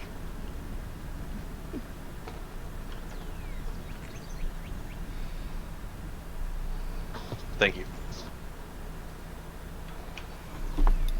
Will there be a playable mythical creature besides dragon creature?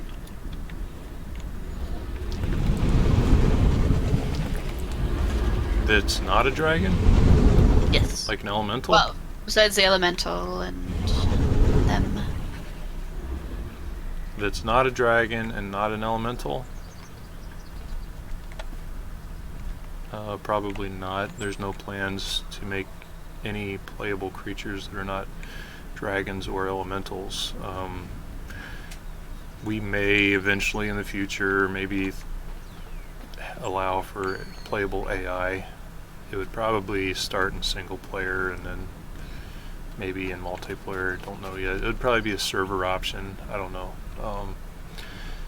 That's the thing about development. You can always add options, and I want to give server owners a lot of flexibility and certain mechanics to be able to turn things on and off.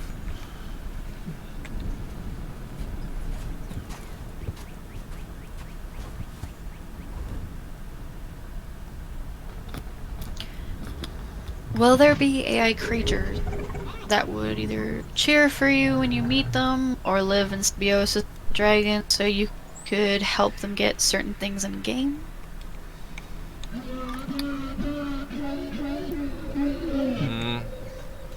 None are planned. Right now, there's 7 AI that we have planned. We might add more later, but I'm putting the emphasis in this game on dragons and not so much the AI. The AI kind of give you the feeling that you're in another world. They give you the feeling that, you know, they give you something to hunt besides dragons. But I don't want this game to be about the AI, I want it to be about the dragons. Is there going to be any fungus or disease-ridden dragons? You mean like it's always disease-ridden and always has fungus on it? Probably not. But there might be diseases in the game. Hit him with that blue cheese dragon. Ugh. What about, is there going to be any workshop mods or any modding kits? I have no plans right now for adding mod support. I need to get the game done before we think about mods.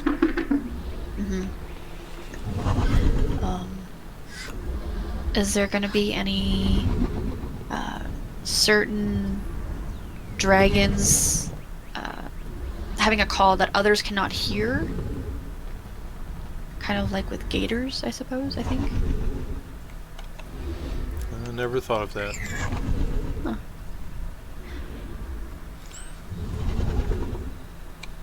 And I'm pretty sure Mercedes says, will you be able to pick your own skin or make your own skin? I'm pretty sure we can pick the ones that we have, but I don't believe we can make it.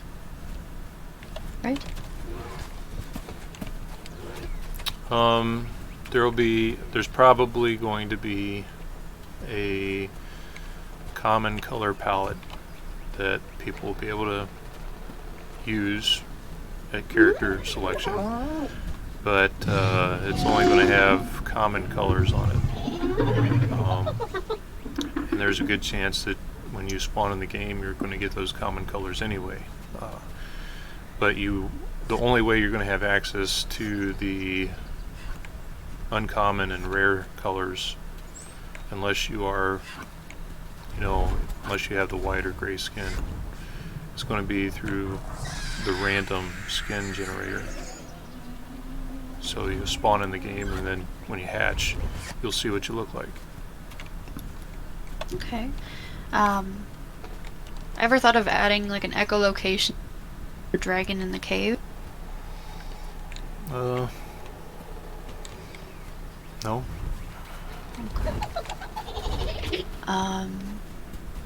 Will we be hosting any Will we be hosting any skin competitions so people can make concept and then the community votes on which one they really like so it can get added in game? We'll have to talk to Midnight about that.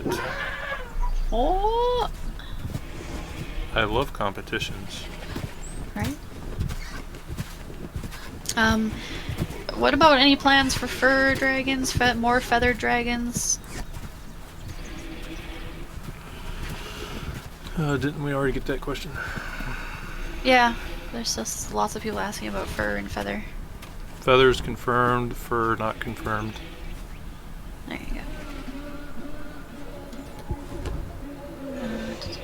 go. Will there be islands in the game, which you would have to find out in the ocean?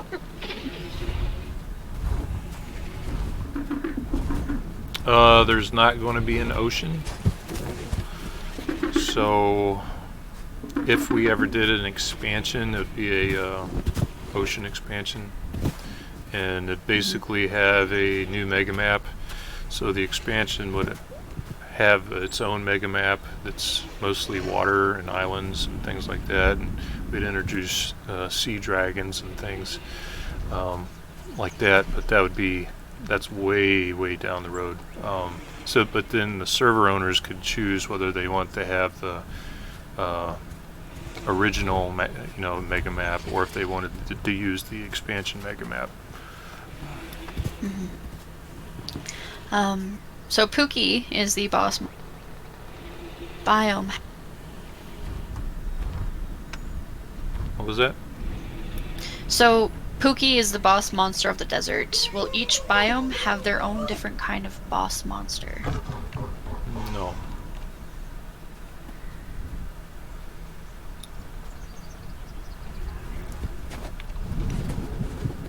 Some biomes themselves are,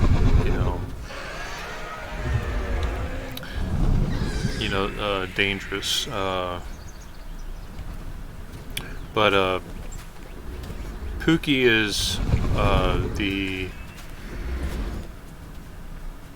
most dangerous creature in the game. Hence the music. Yes. He will not be easy to kill.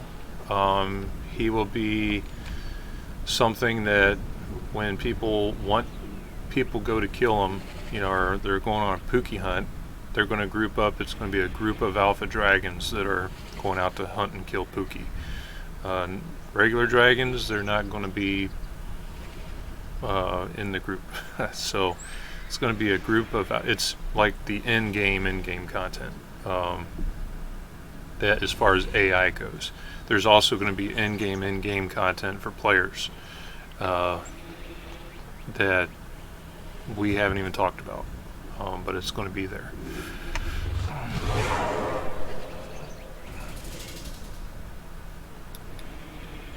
Will there be any kind of underwater areas that on our dragon camp? There's going to be caves, underground caves. Mm-hmm.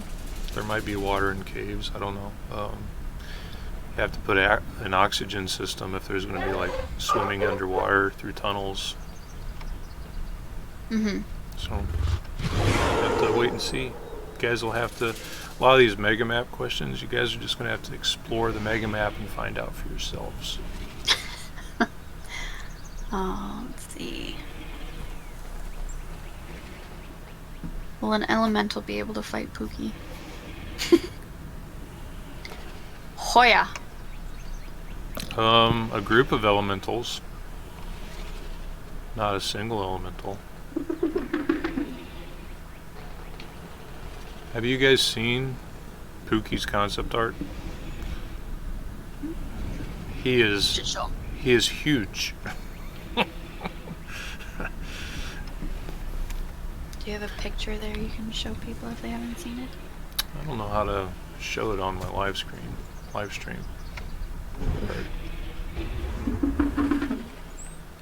Can elementals and dragons clan up? Can elementals and dragons clan up? No. What about a tree bark type of dragon? Nature dragon. Nature dragon? Nature. We don't have any current nature dragon designs. Okay, can we get nature dragon after the floofy dragons? And don't forget the moose dragon. And the moose dragon comes after nature dragon.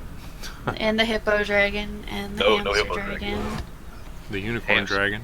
Unicorn dragon. And Mhm. don't forget my hamster And the dragon. Steve dragon. Yeah. Hamster dragon. Jeez, people don't get their Steve dragon, there's gonna be riots. There is going to be lore. Yes. There will be lore. What planet are we on? Where did the elementals come from? Why are they at war with the dragons? Aliens. Aliens. Insert meme here. Bicycle dragon, right?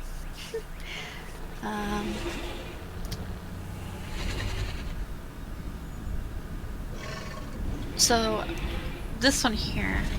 Will spawn killing be solved? Will eggs hatch in a more protected area, maybe in a cave system that adults and juvies cannot access? Spawns are going to get really spread out in the mega map.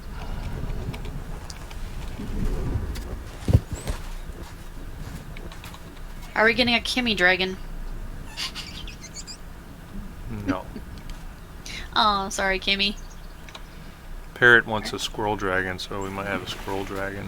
Oh, yeah, that's... Yeah. Call it Hammy. Hammy. Toilet paper dragon. Will toilet paper be in 0.9? There is no more toilet paper, so unfortunately, no. That is so true. I went to the store today and there's no toilet paper. What is the world coming to? That's why you gotta be weird like me and hoard toilet paper, just for stuff like this. I'm only weird whenever, you know, whenever stuff like this doesn't happen, but I have toilet paper. Well, at least you're prepared. Maybe we could give away toilet paper for the competition. Oh, you cut a roll in half, you're like auctioning this off, $500 right now. Get 5, get 5, get a 5, got 5 to the guy in the back. That's awesome. Ooh, in the future, can we get a bat-like dragon that can hang upside down? That would actually be really adorable, I'm not gonna lie.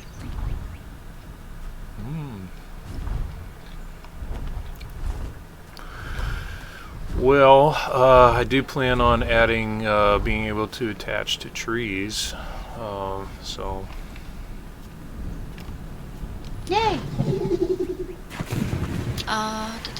Aw, can there be a little firefly dragon? That would be so cute! This little ball of light going across the river. That'd be cool. Wouldn't it? Like, little, oh no, that's not a firefly. Little baby bio? A little baby bio? Yes! A little baby bio.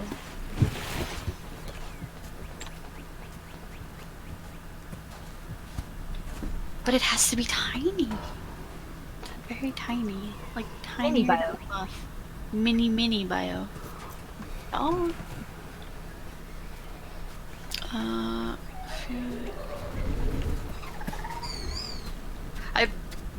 I can't remember the answer to this one. Will the females be bigger, like seen in most birds, or will certain dragon types have the females be larger? There will be gender dimorphism, but the extent of it's going to be different for every species. So one species might have really big males, maybe another one will have bigger females, maybe one will have color differences, maybe another one will have physical differences, you know, one's got horns and one doesn't, you know, but we do plan to have gender dimorphism in the game. So, you know, background to a little bit of the,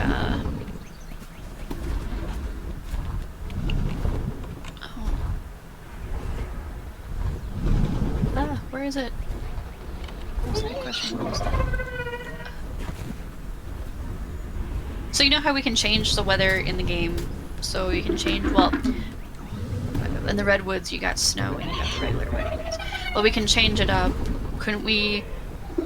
Are we gonna have anything that the dragons kind of have a weakness for, and then they'll have to like migrate and leave that area? World-changing events, probably not. Okay.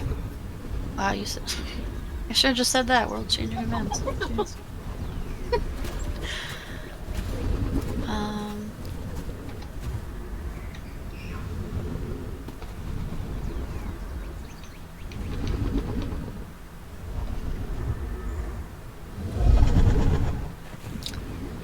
Does anyone at your dev team watch anime? I think so. I love anime. Yeah. Yep, I guess the answer is yes.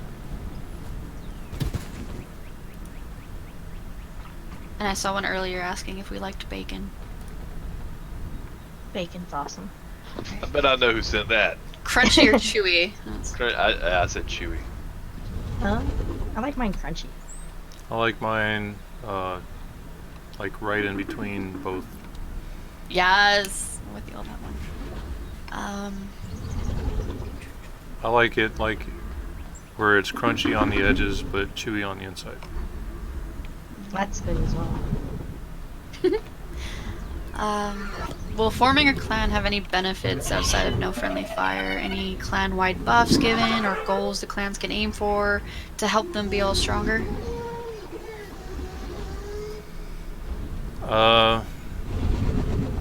there will be clan name tags, clan chat, clan damage and vulnerability.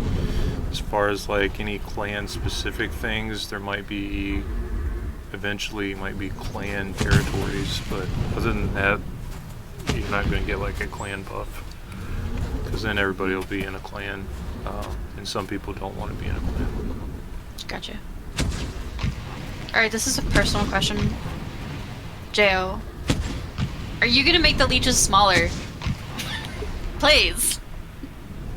I don't know. You're so scary. I don't like leeches. I like, they're scarier when they're bigger, so. Have you seen Pookie? He's kind of like a cousin of the leech. He's kind of. I know, but these ones legit look like leeches, and no. Just no. Can we just have like little attack bunnies? Yeah. Attack bunnies. I'm gonna try to dig you up some more leeches here. No. Hey, here's a leech. I got one. No. I hope it eats you. It's a little one. Good stuff. Any mini-map or map in the future in-game? Anthony, as far as we know, no. I mean, people are gonna make their own maps. There has been a few quite talented people that have made their own maps that you can find in our Discord, but that's about it.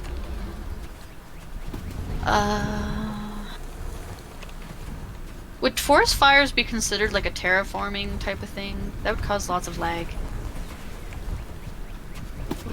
Yeah, fire particles would cause a lot of lag. Yeah. Whole forest on fire. Yeah. Sorry, Artemis. It's cool, but you'd need a really, really good. Everybody would have to have really, really good computers to be able to do something like that and not lag out everyone.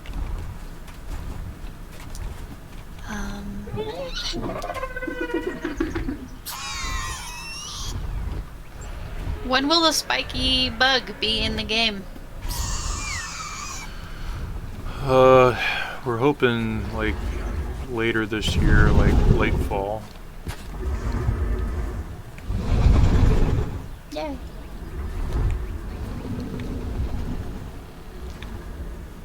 The model's all done. It just has to be animated. Yeah. Well, this cat, the spider, spiky meatballs look like spiders.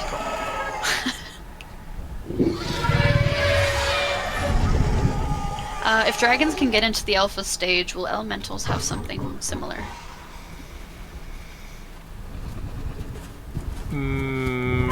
Maybe. Why are you asking me all these questions that I don't want to talk about? Okay, sorry. Next question. What's everyone's favorite color? No. Maybe. So, I guess we're kind of getting into the in-game content for players. Mm-hmm.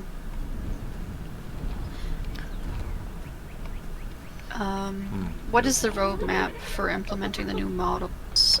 We have the first 3 dragon trio, but what comes after those? Let me look at my schedule. Okay, let's see, production schedule. So, coming up Q2, we got the Flame Stalker, the Inferno Ravager, and the Plasma, which we haven't officially named yet. Then right after that, you have the Healer Dragon, the Acid Spitter, and the Magma Elemental models. And then after that, the Blitz Striker, the Nurse Dragon, and the Bio Dragon. And then after that, the Sandslayer Worm, the Hybrid, and the Ice Wyvern.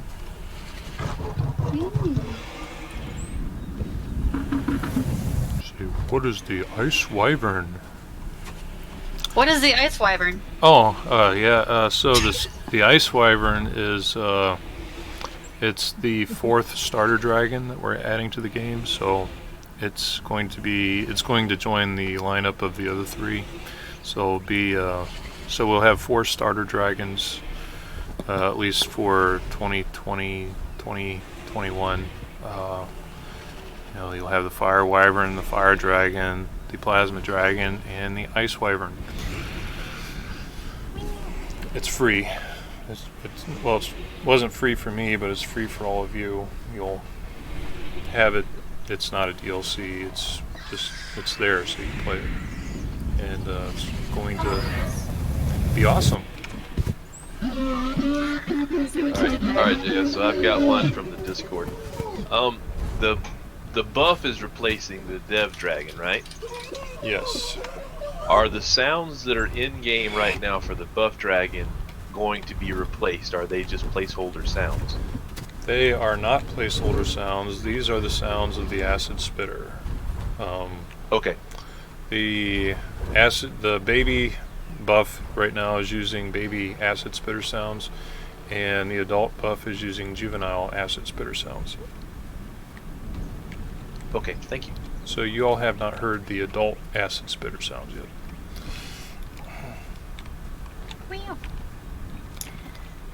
Alright, what does it feel like to see your dream become... To see it come true? Yes, sir.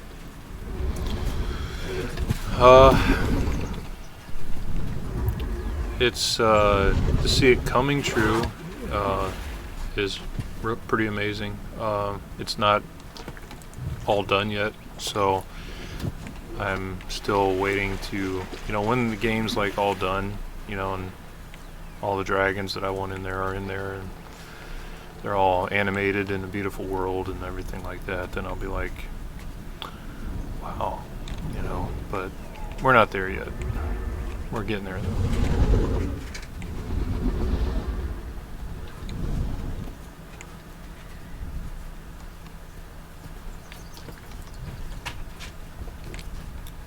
It's not time to reflect, it's time to work. So we've been working.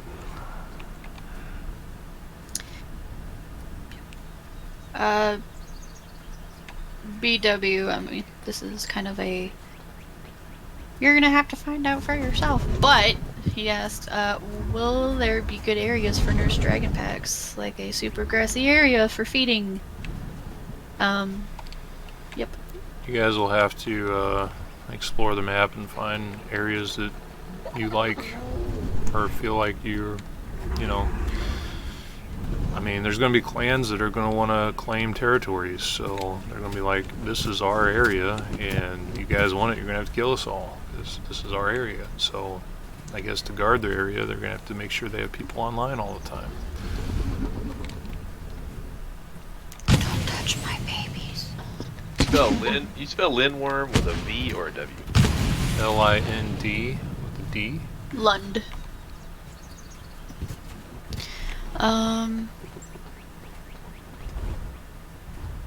Was one of the hybrid skins, indeed an Oreo skin?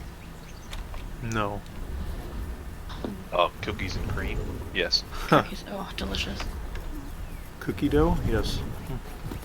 Oh, that's my favorite. There's one here. Oh, oh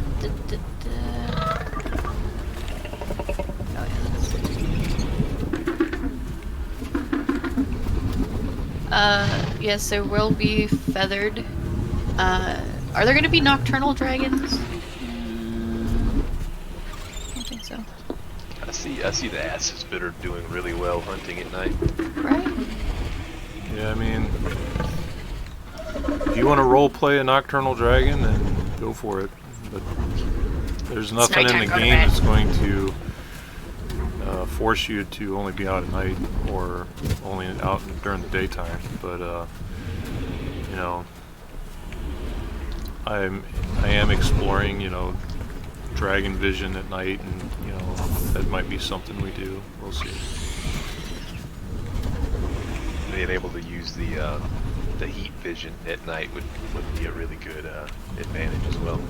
Thermal. The Flame Stalker is going to be excellent at night because he sees glowies in the dark. So.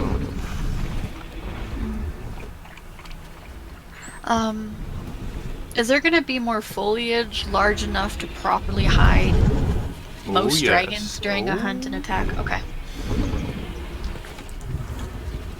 What is the dev team's favorite dragon that will be in the game? What is your all's favorite dragon so far? I'm looking forward to Nurse Dragon. And Helga. And the Behemoth. I like my Helga. She looks like a hippo. She's thick. My favorite dragon, is usually whichever one we just made because they all look really cool. Which one am I going to be playing the most? Probably the tiniest one. I don't know. I just like playing the little tiny dragons for some reason. Your hamster when it comes out? Yeah, I'll probably be playing the micro a lot. I really like. I mean, there's things I really love about every dragon. Like, the hybrid that just came out. I mean, that dragon looks awesome. Yeah. The acid spitter, it looks awesome. The plasma, the fire wyvern. See, that's the thing. I really like wyverns. I like the way they look. I also like drakes. I also like dragons. But even like an amphitheater. I never was really a big fan of an amphitheater, but the Blitz Striker, that is such a cool looking amphitheater. And I do want to play it because it can stun people. It's got like a stun blast. So crowd control, you're going to want to play the Blitz. Debuff, you want to play the Acid Spitter. Jack of all trades, you want to play the hybrid. You want to play solo. You're going to, be really good at solo play. Flame Stalker. So each dragon has a role, and some people are going to play the dragon because of its role fits them. Some people are going to play the dragon because it's their dream dragon, and just it's what they think looks the coolest. It just depends if you're going for the PvP experience or the roleplay experience.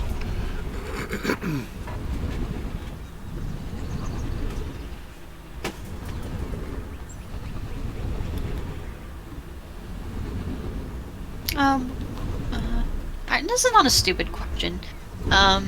What is your favorite dragon in media? Like in movies? Movies, books, games, you name it. Well, when I was a kid, it was Elliot from Peach Dragon. And after I seen, Smog is a really cool dragon, but he's evil, so I don't really tend to like the evil dragons. But like in How to Train Your Dragon, Toothless is pretty awesome, and he was my favorite dragon until he killed Stoic. So after he killed Stoic, my favorite kind of moved to the wildebeest, the good one, the white one that died. Spoiler alert, guys. Yeah. Spoiler alert: the good wildebeest dies.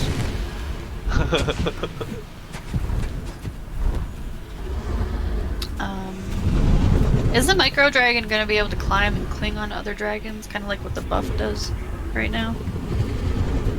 That mechanic it'll definitely be on the Lindworm, the developer micro.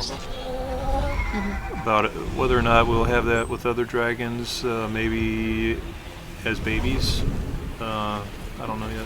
I know the nurse will be able to carry like up to 4 baby dragons in its neck pouch. Yes! So many! I'm so excited for that, you have no idea. You're just gonna kidnap all the babies. I'm gonna aren't you? kidnap all of them. Everyone knows it. Everyone should know it. Yeah. It's happening. um, who designs most or all of DoD's dragons? The initial design comes from me. I go ahead and I do what's called a mock-up of what I want, and I pass that along to Bad Parrot, and then Bad Parrot kind of sketches and helps me visualize what is in my brain, and then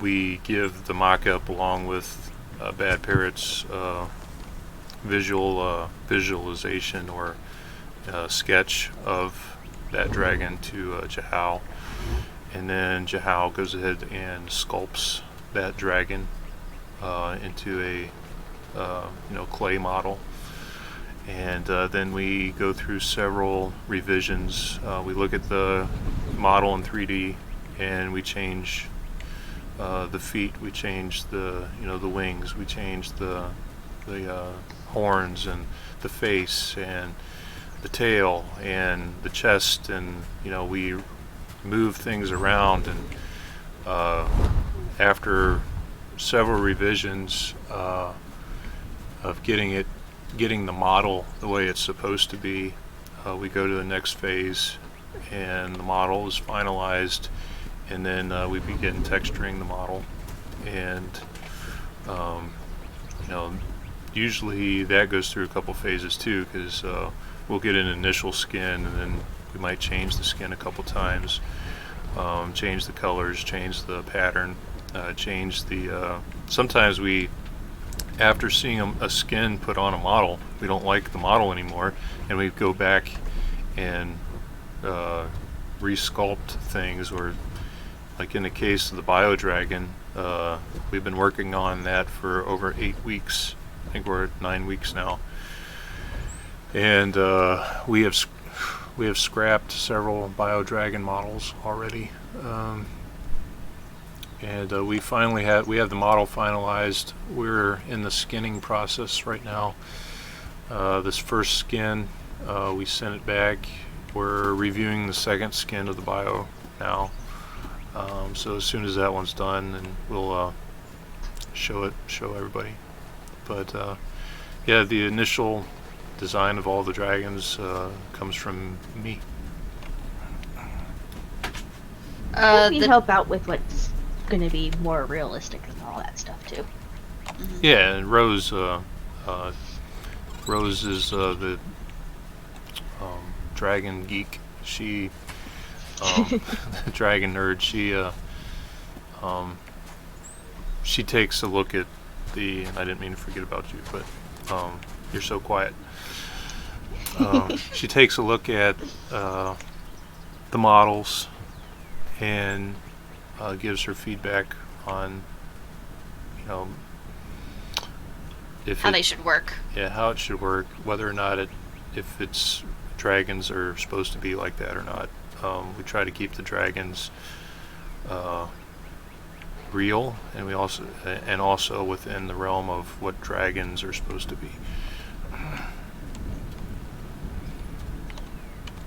Yep.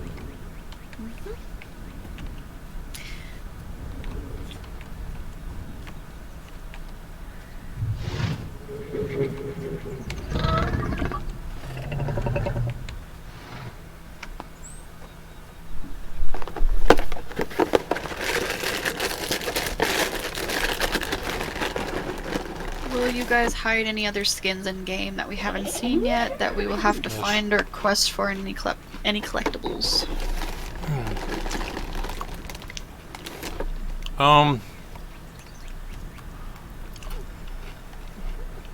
There's going to be exotic skins in the game, but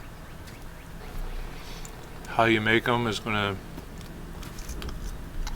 be largely through the nesting system. Just going to have to try different combinations until... Horace wants to know what you're eating. Cheez-Its. Crunch, crunch, crunch. Is there gonna be any Steam achievements? Maybe eventually. It's not a priority right now. Gotcha. Yeah, what is everybody's favorite quarantine snack? I want to hear from you guys. Cheez-Its. I've been eating Cheez-Its? Oreos. Oreo. Hi. I don't know. I have so many. But I like Oreos too. What about you guys? Chocolate sticks for Louise, ice cream for Fuzzy, cookies for RLM, bacon for Dragon, mint ice cream for Summer. Everyone likes their really like junk foods. And meat. Ratings Goldfish. says meat. Don't care. Meat. Eggs. Eggs are delicious. Yes. Chili jerky. Like really spicy. Mini eggs. Nuggets. I actually have been craving German pancakes, but I haven't What's a German made pancake? them. It's an angrier pancake.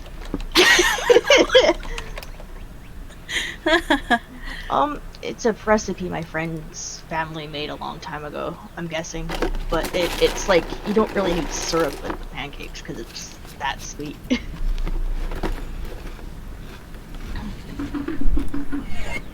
Oh, everybody's got amazing foods. White chocolate covered licorice. What? Where do you live to get that? That is a crazy flavor palette of food right there. Sorry, we totally got distracted, but that's okay. Will the hybrid have any abilities unique to it beside the 4 wings? Yes. The hybrid is the only dragon that who has an unknown parentage and can, when it's born with a random element. So you could have fire hybrid, an ice hybrid, an acid hybrid, a plasma hybrid, a lightning hybrid. Meow. So you won't know until you're old enough to figure out what your element is. Mm-hmm.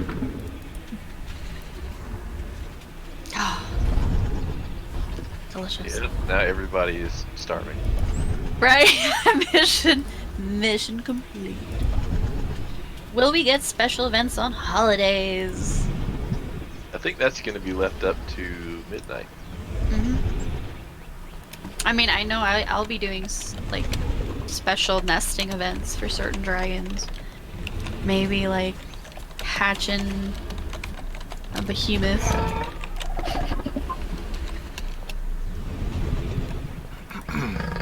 Be like, oh yes. Number from 1 to 10. The first 3 gets a. There you go.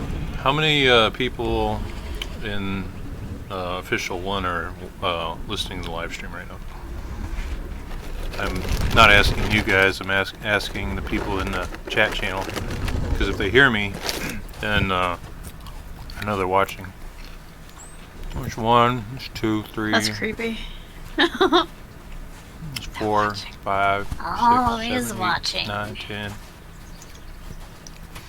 Well,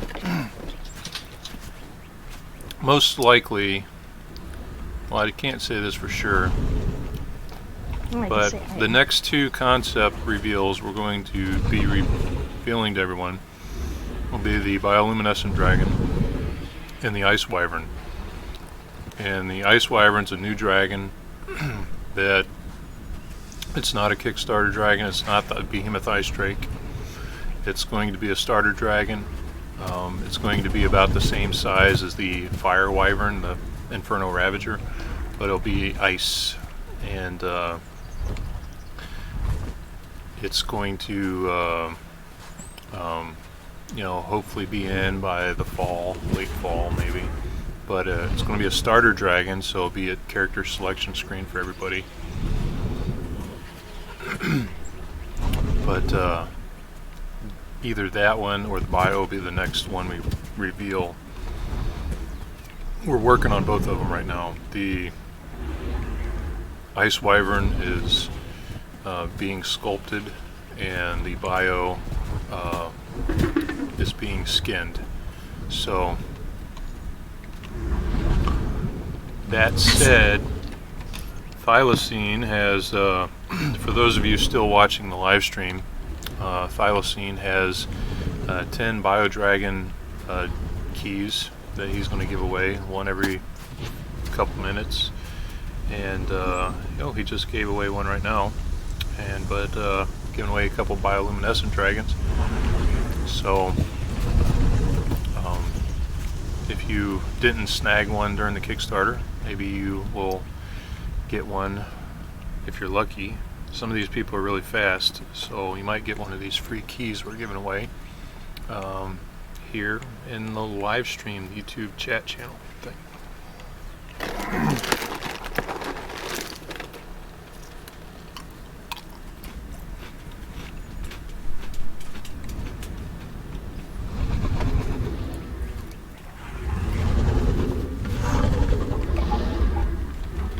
Yay! It's raining keys. Oh, it's raining keys. Oh, really? Somebody's tall? What? Somebody's tall, yes.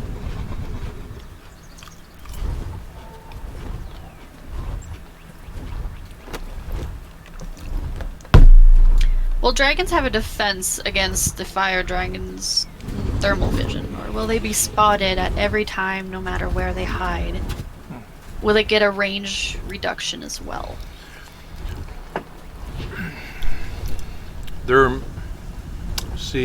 Thermal vision works best, on with heat. So there might be a nemesis to the fire dragons that thermal vision doesn't work on. Maybe a very cold-blooded dragon.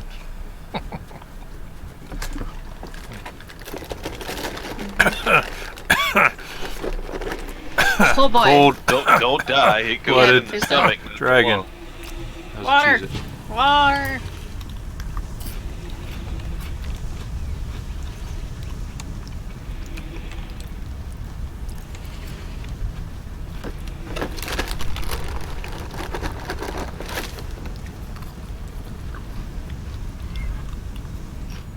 No, you don't have to be in a group to get the keys. I was just putting keys in every so randomly into the chat. Yep. Watch the chat for a bioluminescent key. Yep. Have your Steam key area open. Dun dun dun.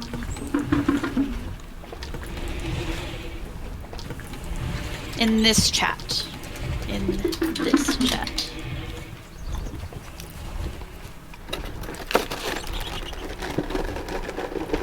Why is everybody looking at me so hard? Jeez. Right, I'm staring into your soul.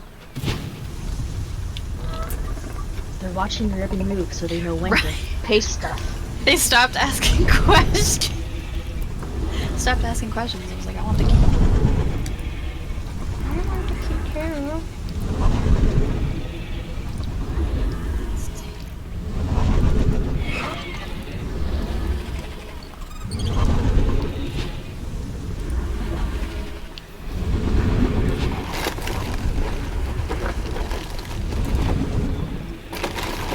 And I believe just to kind of access it, it's games, and then you go to activate a product on Steam, right? Mm-hmm.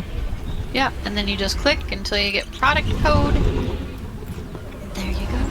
There's actually a video on our The Awesome Games channel that walks people through how to do that. Well, we get to see the scrapped concepts.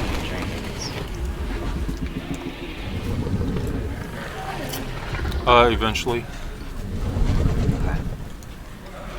We've already shown off some of them. Yeah.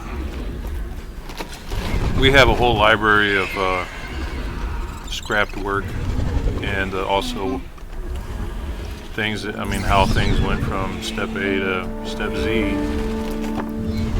So I know there's people that probably want to hear all that stuff eventually.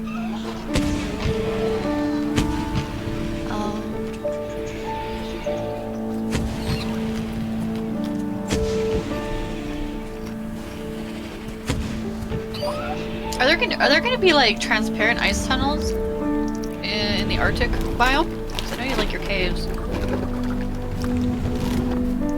Caves are going to be awesome. Whole map, like 90% of the map is just gonna be cave. They are translucent. It was either just when someone stabbed their top and someone ran right into it.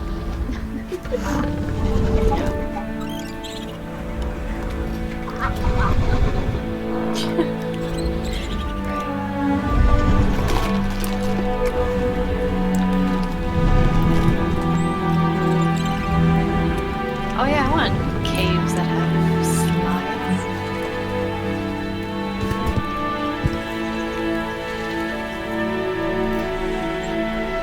Well, we get to see the concept roadmap for the hybrid, like we saw with the plasma on Steam.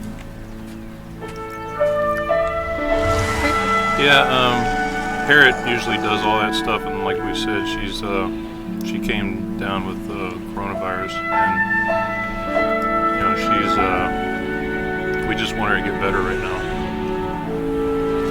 Yeah, she needs rest. Love you, Parrot. We love Steve too.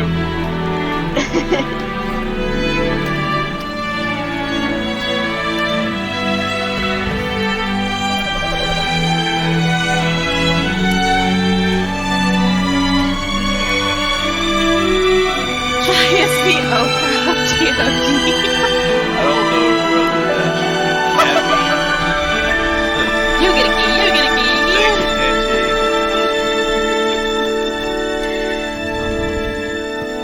you, So to type in the keys at Steam, you just go where it says Steam, View, Friends, Games, Help. Just go Games, activate a product on Steam, go Next, Agree, and then bam. It's gonna have a little pop-up. It says Product Activation.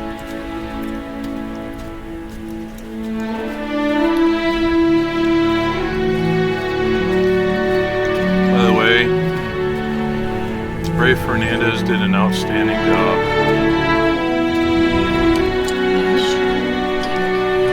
Like I said during the Kickstarter, I wanted to make a soundtrack that was as good or better than games like Medal of Honor. And the music for this game is incredible.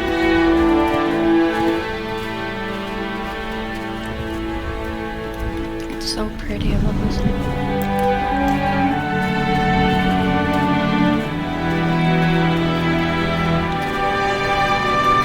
And can you just tell everyone again what the title of the song is?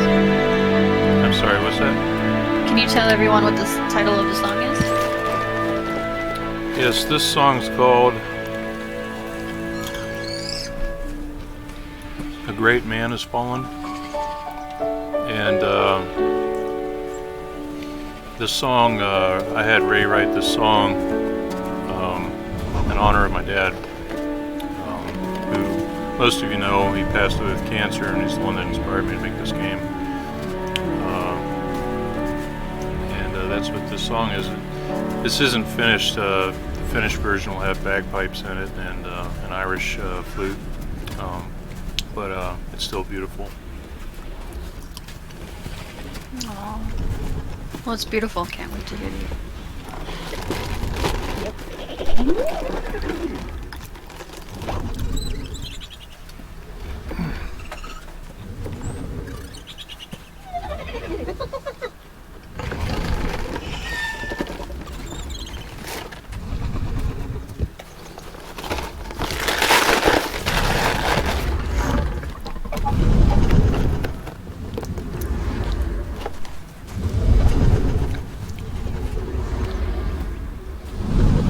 Take a couple more questions, and we're going to wrap this up in about 18 minutes. For those that missed the news, we Be Awesome Games has an animator who's worked on Disney live action movies and animating creatures and Disney movies and Marvel movies, and she is extremely talented. We're so excited to have her on our team, and we're not going to reveal her name right now because we're trying to get her acclimated to everything, and we just don't want her getting a whole bunch of emails and things. But we're excited about our animator and getting our dragons in the game with all their custom animations.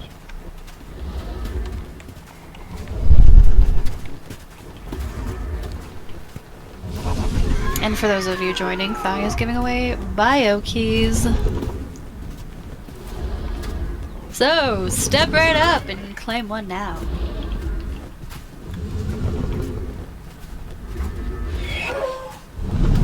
If you're fast enough. So, TD, if you go to Game in your Steam, where it says right beside Friends, it's between Friends and Help. If you go to Games, and then it says Activate a product on Steam. And then it will say, to register your product with Steam and add it to your Steam library, enter the product code. You just go next. And then agree. And then you just paste that product code right into that box. And push next again.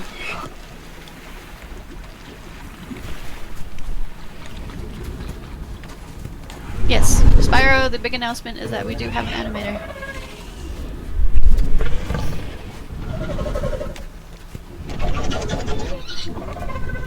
We do events in our official servers. I believe our next one is going to be the Buff Toss. Yep, we still haven't got the name quite ready for it yet, but Buff Toss is on it. kind of bandied about a little bit. It's a work in progress, but we're working on something. So we have little events going on, and the winners get a key. So we've been doing little giveaways here and there. Kinda like this one. Dun dun dun! Quick, grab it! Grab it! Ah! It's mine, it's all mine. At least it's not someone going into the store and being trampled by other people. Oh right. Oh gosh. Trading bio keys for toilet paper rolls. Bio keys for toilet paper rolls. Bio keys for your toilet paper. Toss some TP to your dev. Sorry. I watched The Witcher recently. I totally, yeah.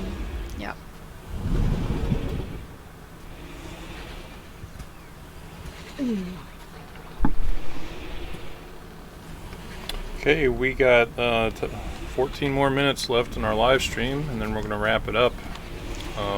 Any other questions? Take some more questions.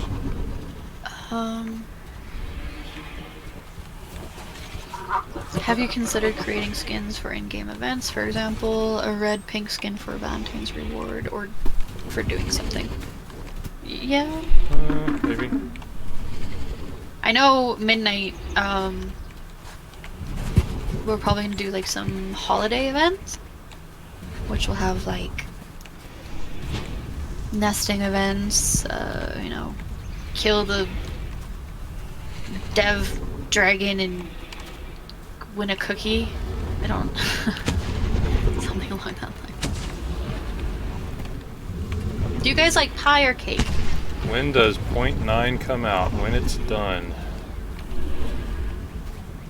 I already answered that question, but for those that missed it, 0.9 is going to be huge.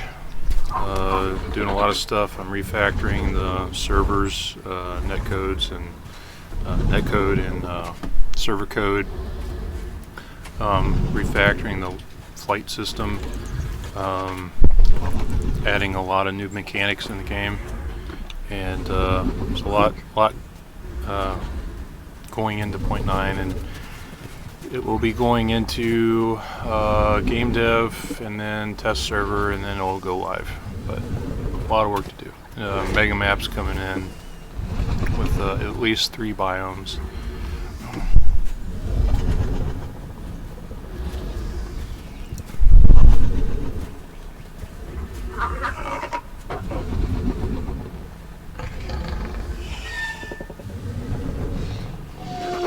Philo.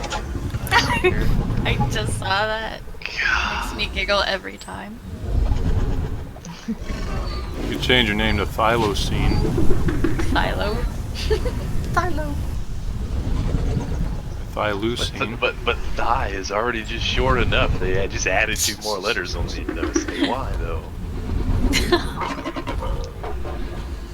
Then we could have a Elo and a Thylo. Philo, Philo. Nice. Yes, if it already says activated, then someone else got it.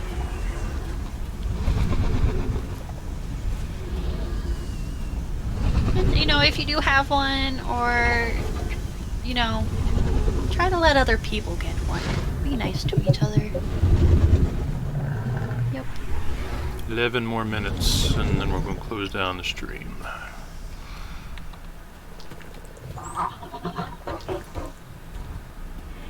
There's a question. Will the Ice Wyverns be immune to fire?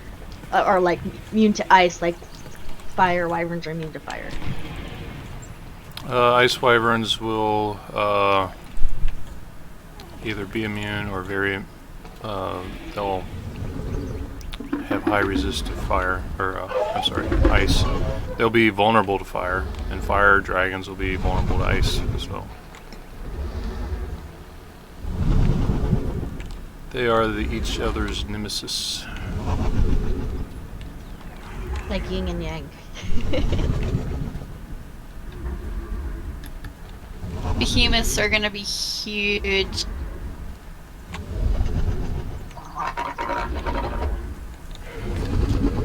So, how would you rate the size on the behemoth compared to like the alpha dragon that we have in the grid?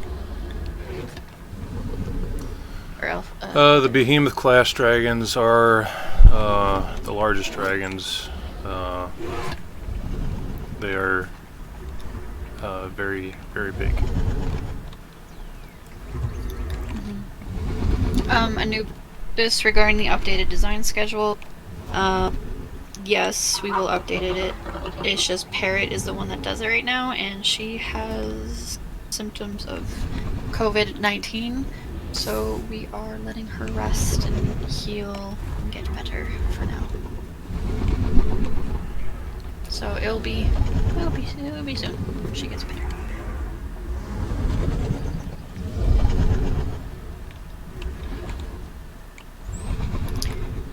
Are there going to be status effects like slow, stunned, and burn? The Blitz Striker is really good at stunning. The Ice Wyvern is going to be really good at slowing. And any Fire Dragon is going to be really good at burning. So, yeah, yes. There's also going to be Bleed, which the Nurse Dragon will excel at, is bleeding targets. Do not want to get hit by a Nurse Dragon. Gotcha. That's the last one, guys. Dun dun dun! I wonder who'll get that one. You can do it! Will there be options for drakes to pin flying creatures? To pin them down so they can't fly away? Maybe. And as for when you're talking about bleed, will it deal damage, or will it function more like a way to track your prey, or is it both? Will bleed heal damage? Sorry, will bleed deal damage? Yes. Or will Well, yeah, bleed will do damage over time. Same as burning. Burning also does damage over time.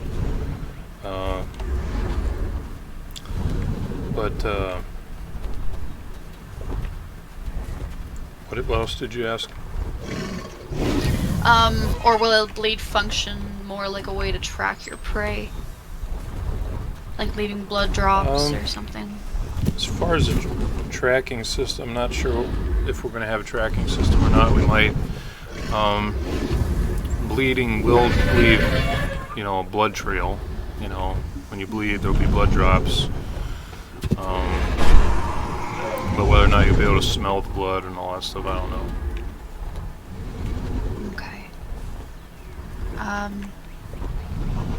And here's another question. Is there anyone else you need for the team in order to make the game the way you imagined it? Like a visual effects artist, etc.? Yes, the last piece of the puzzle is a visual effects artist. And already got emails out to people that do visual effects. But the next piece was the animator, and so we just got our animator. The final piece will be visual effects.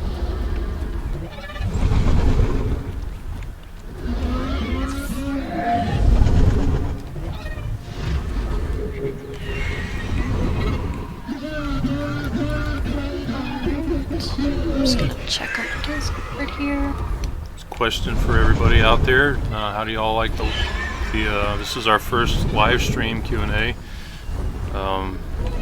You guys liked it?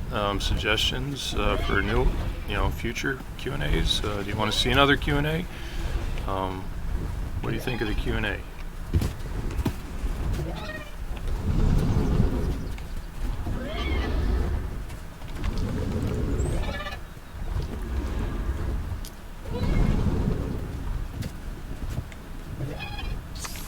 Well, while you guys are all answering that question, let's see here.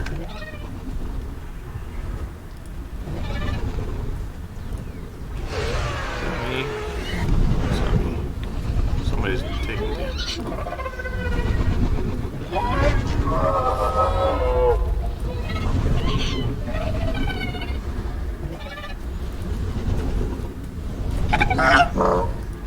Well, Squirtles, do you have a question?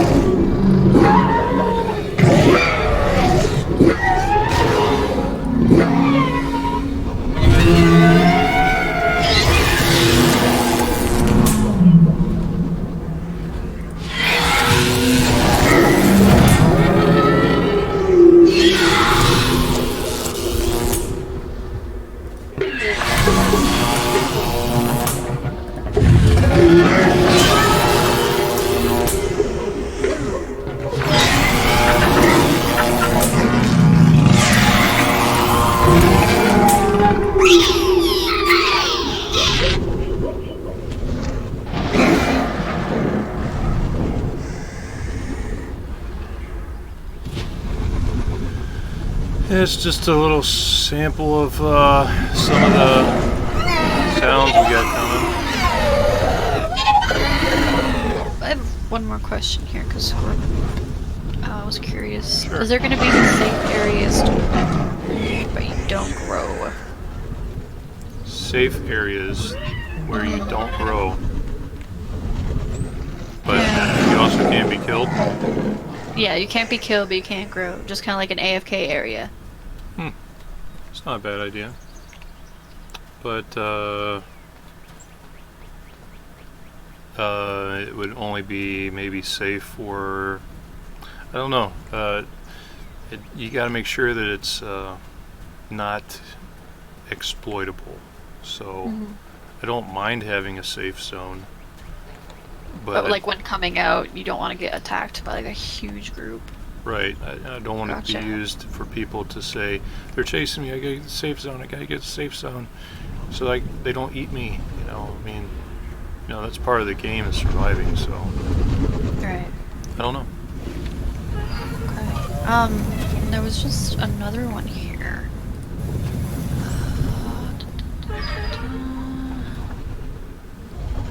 Are babies gonna look different? Or are they gonna be just like shrunken adults? They will definitely look different. Every baby will be a cute little baby, and the alphas will also look different. So, and with that said, we're going to go ahead and close down the questions. And thank you all for coming to our developer Q&A. And I'm Jo, and we had Vitalia and Rose and Thai here. And appreciate you all coming. Hope to see you in the next one. Don't forget midnight! Midnight, yeah, we can't hear Midnight, but she's here in thought. And I'm sure Parrot is out there watching somewhere.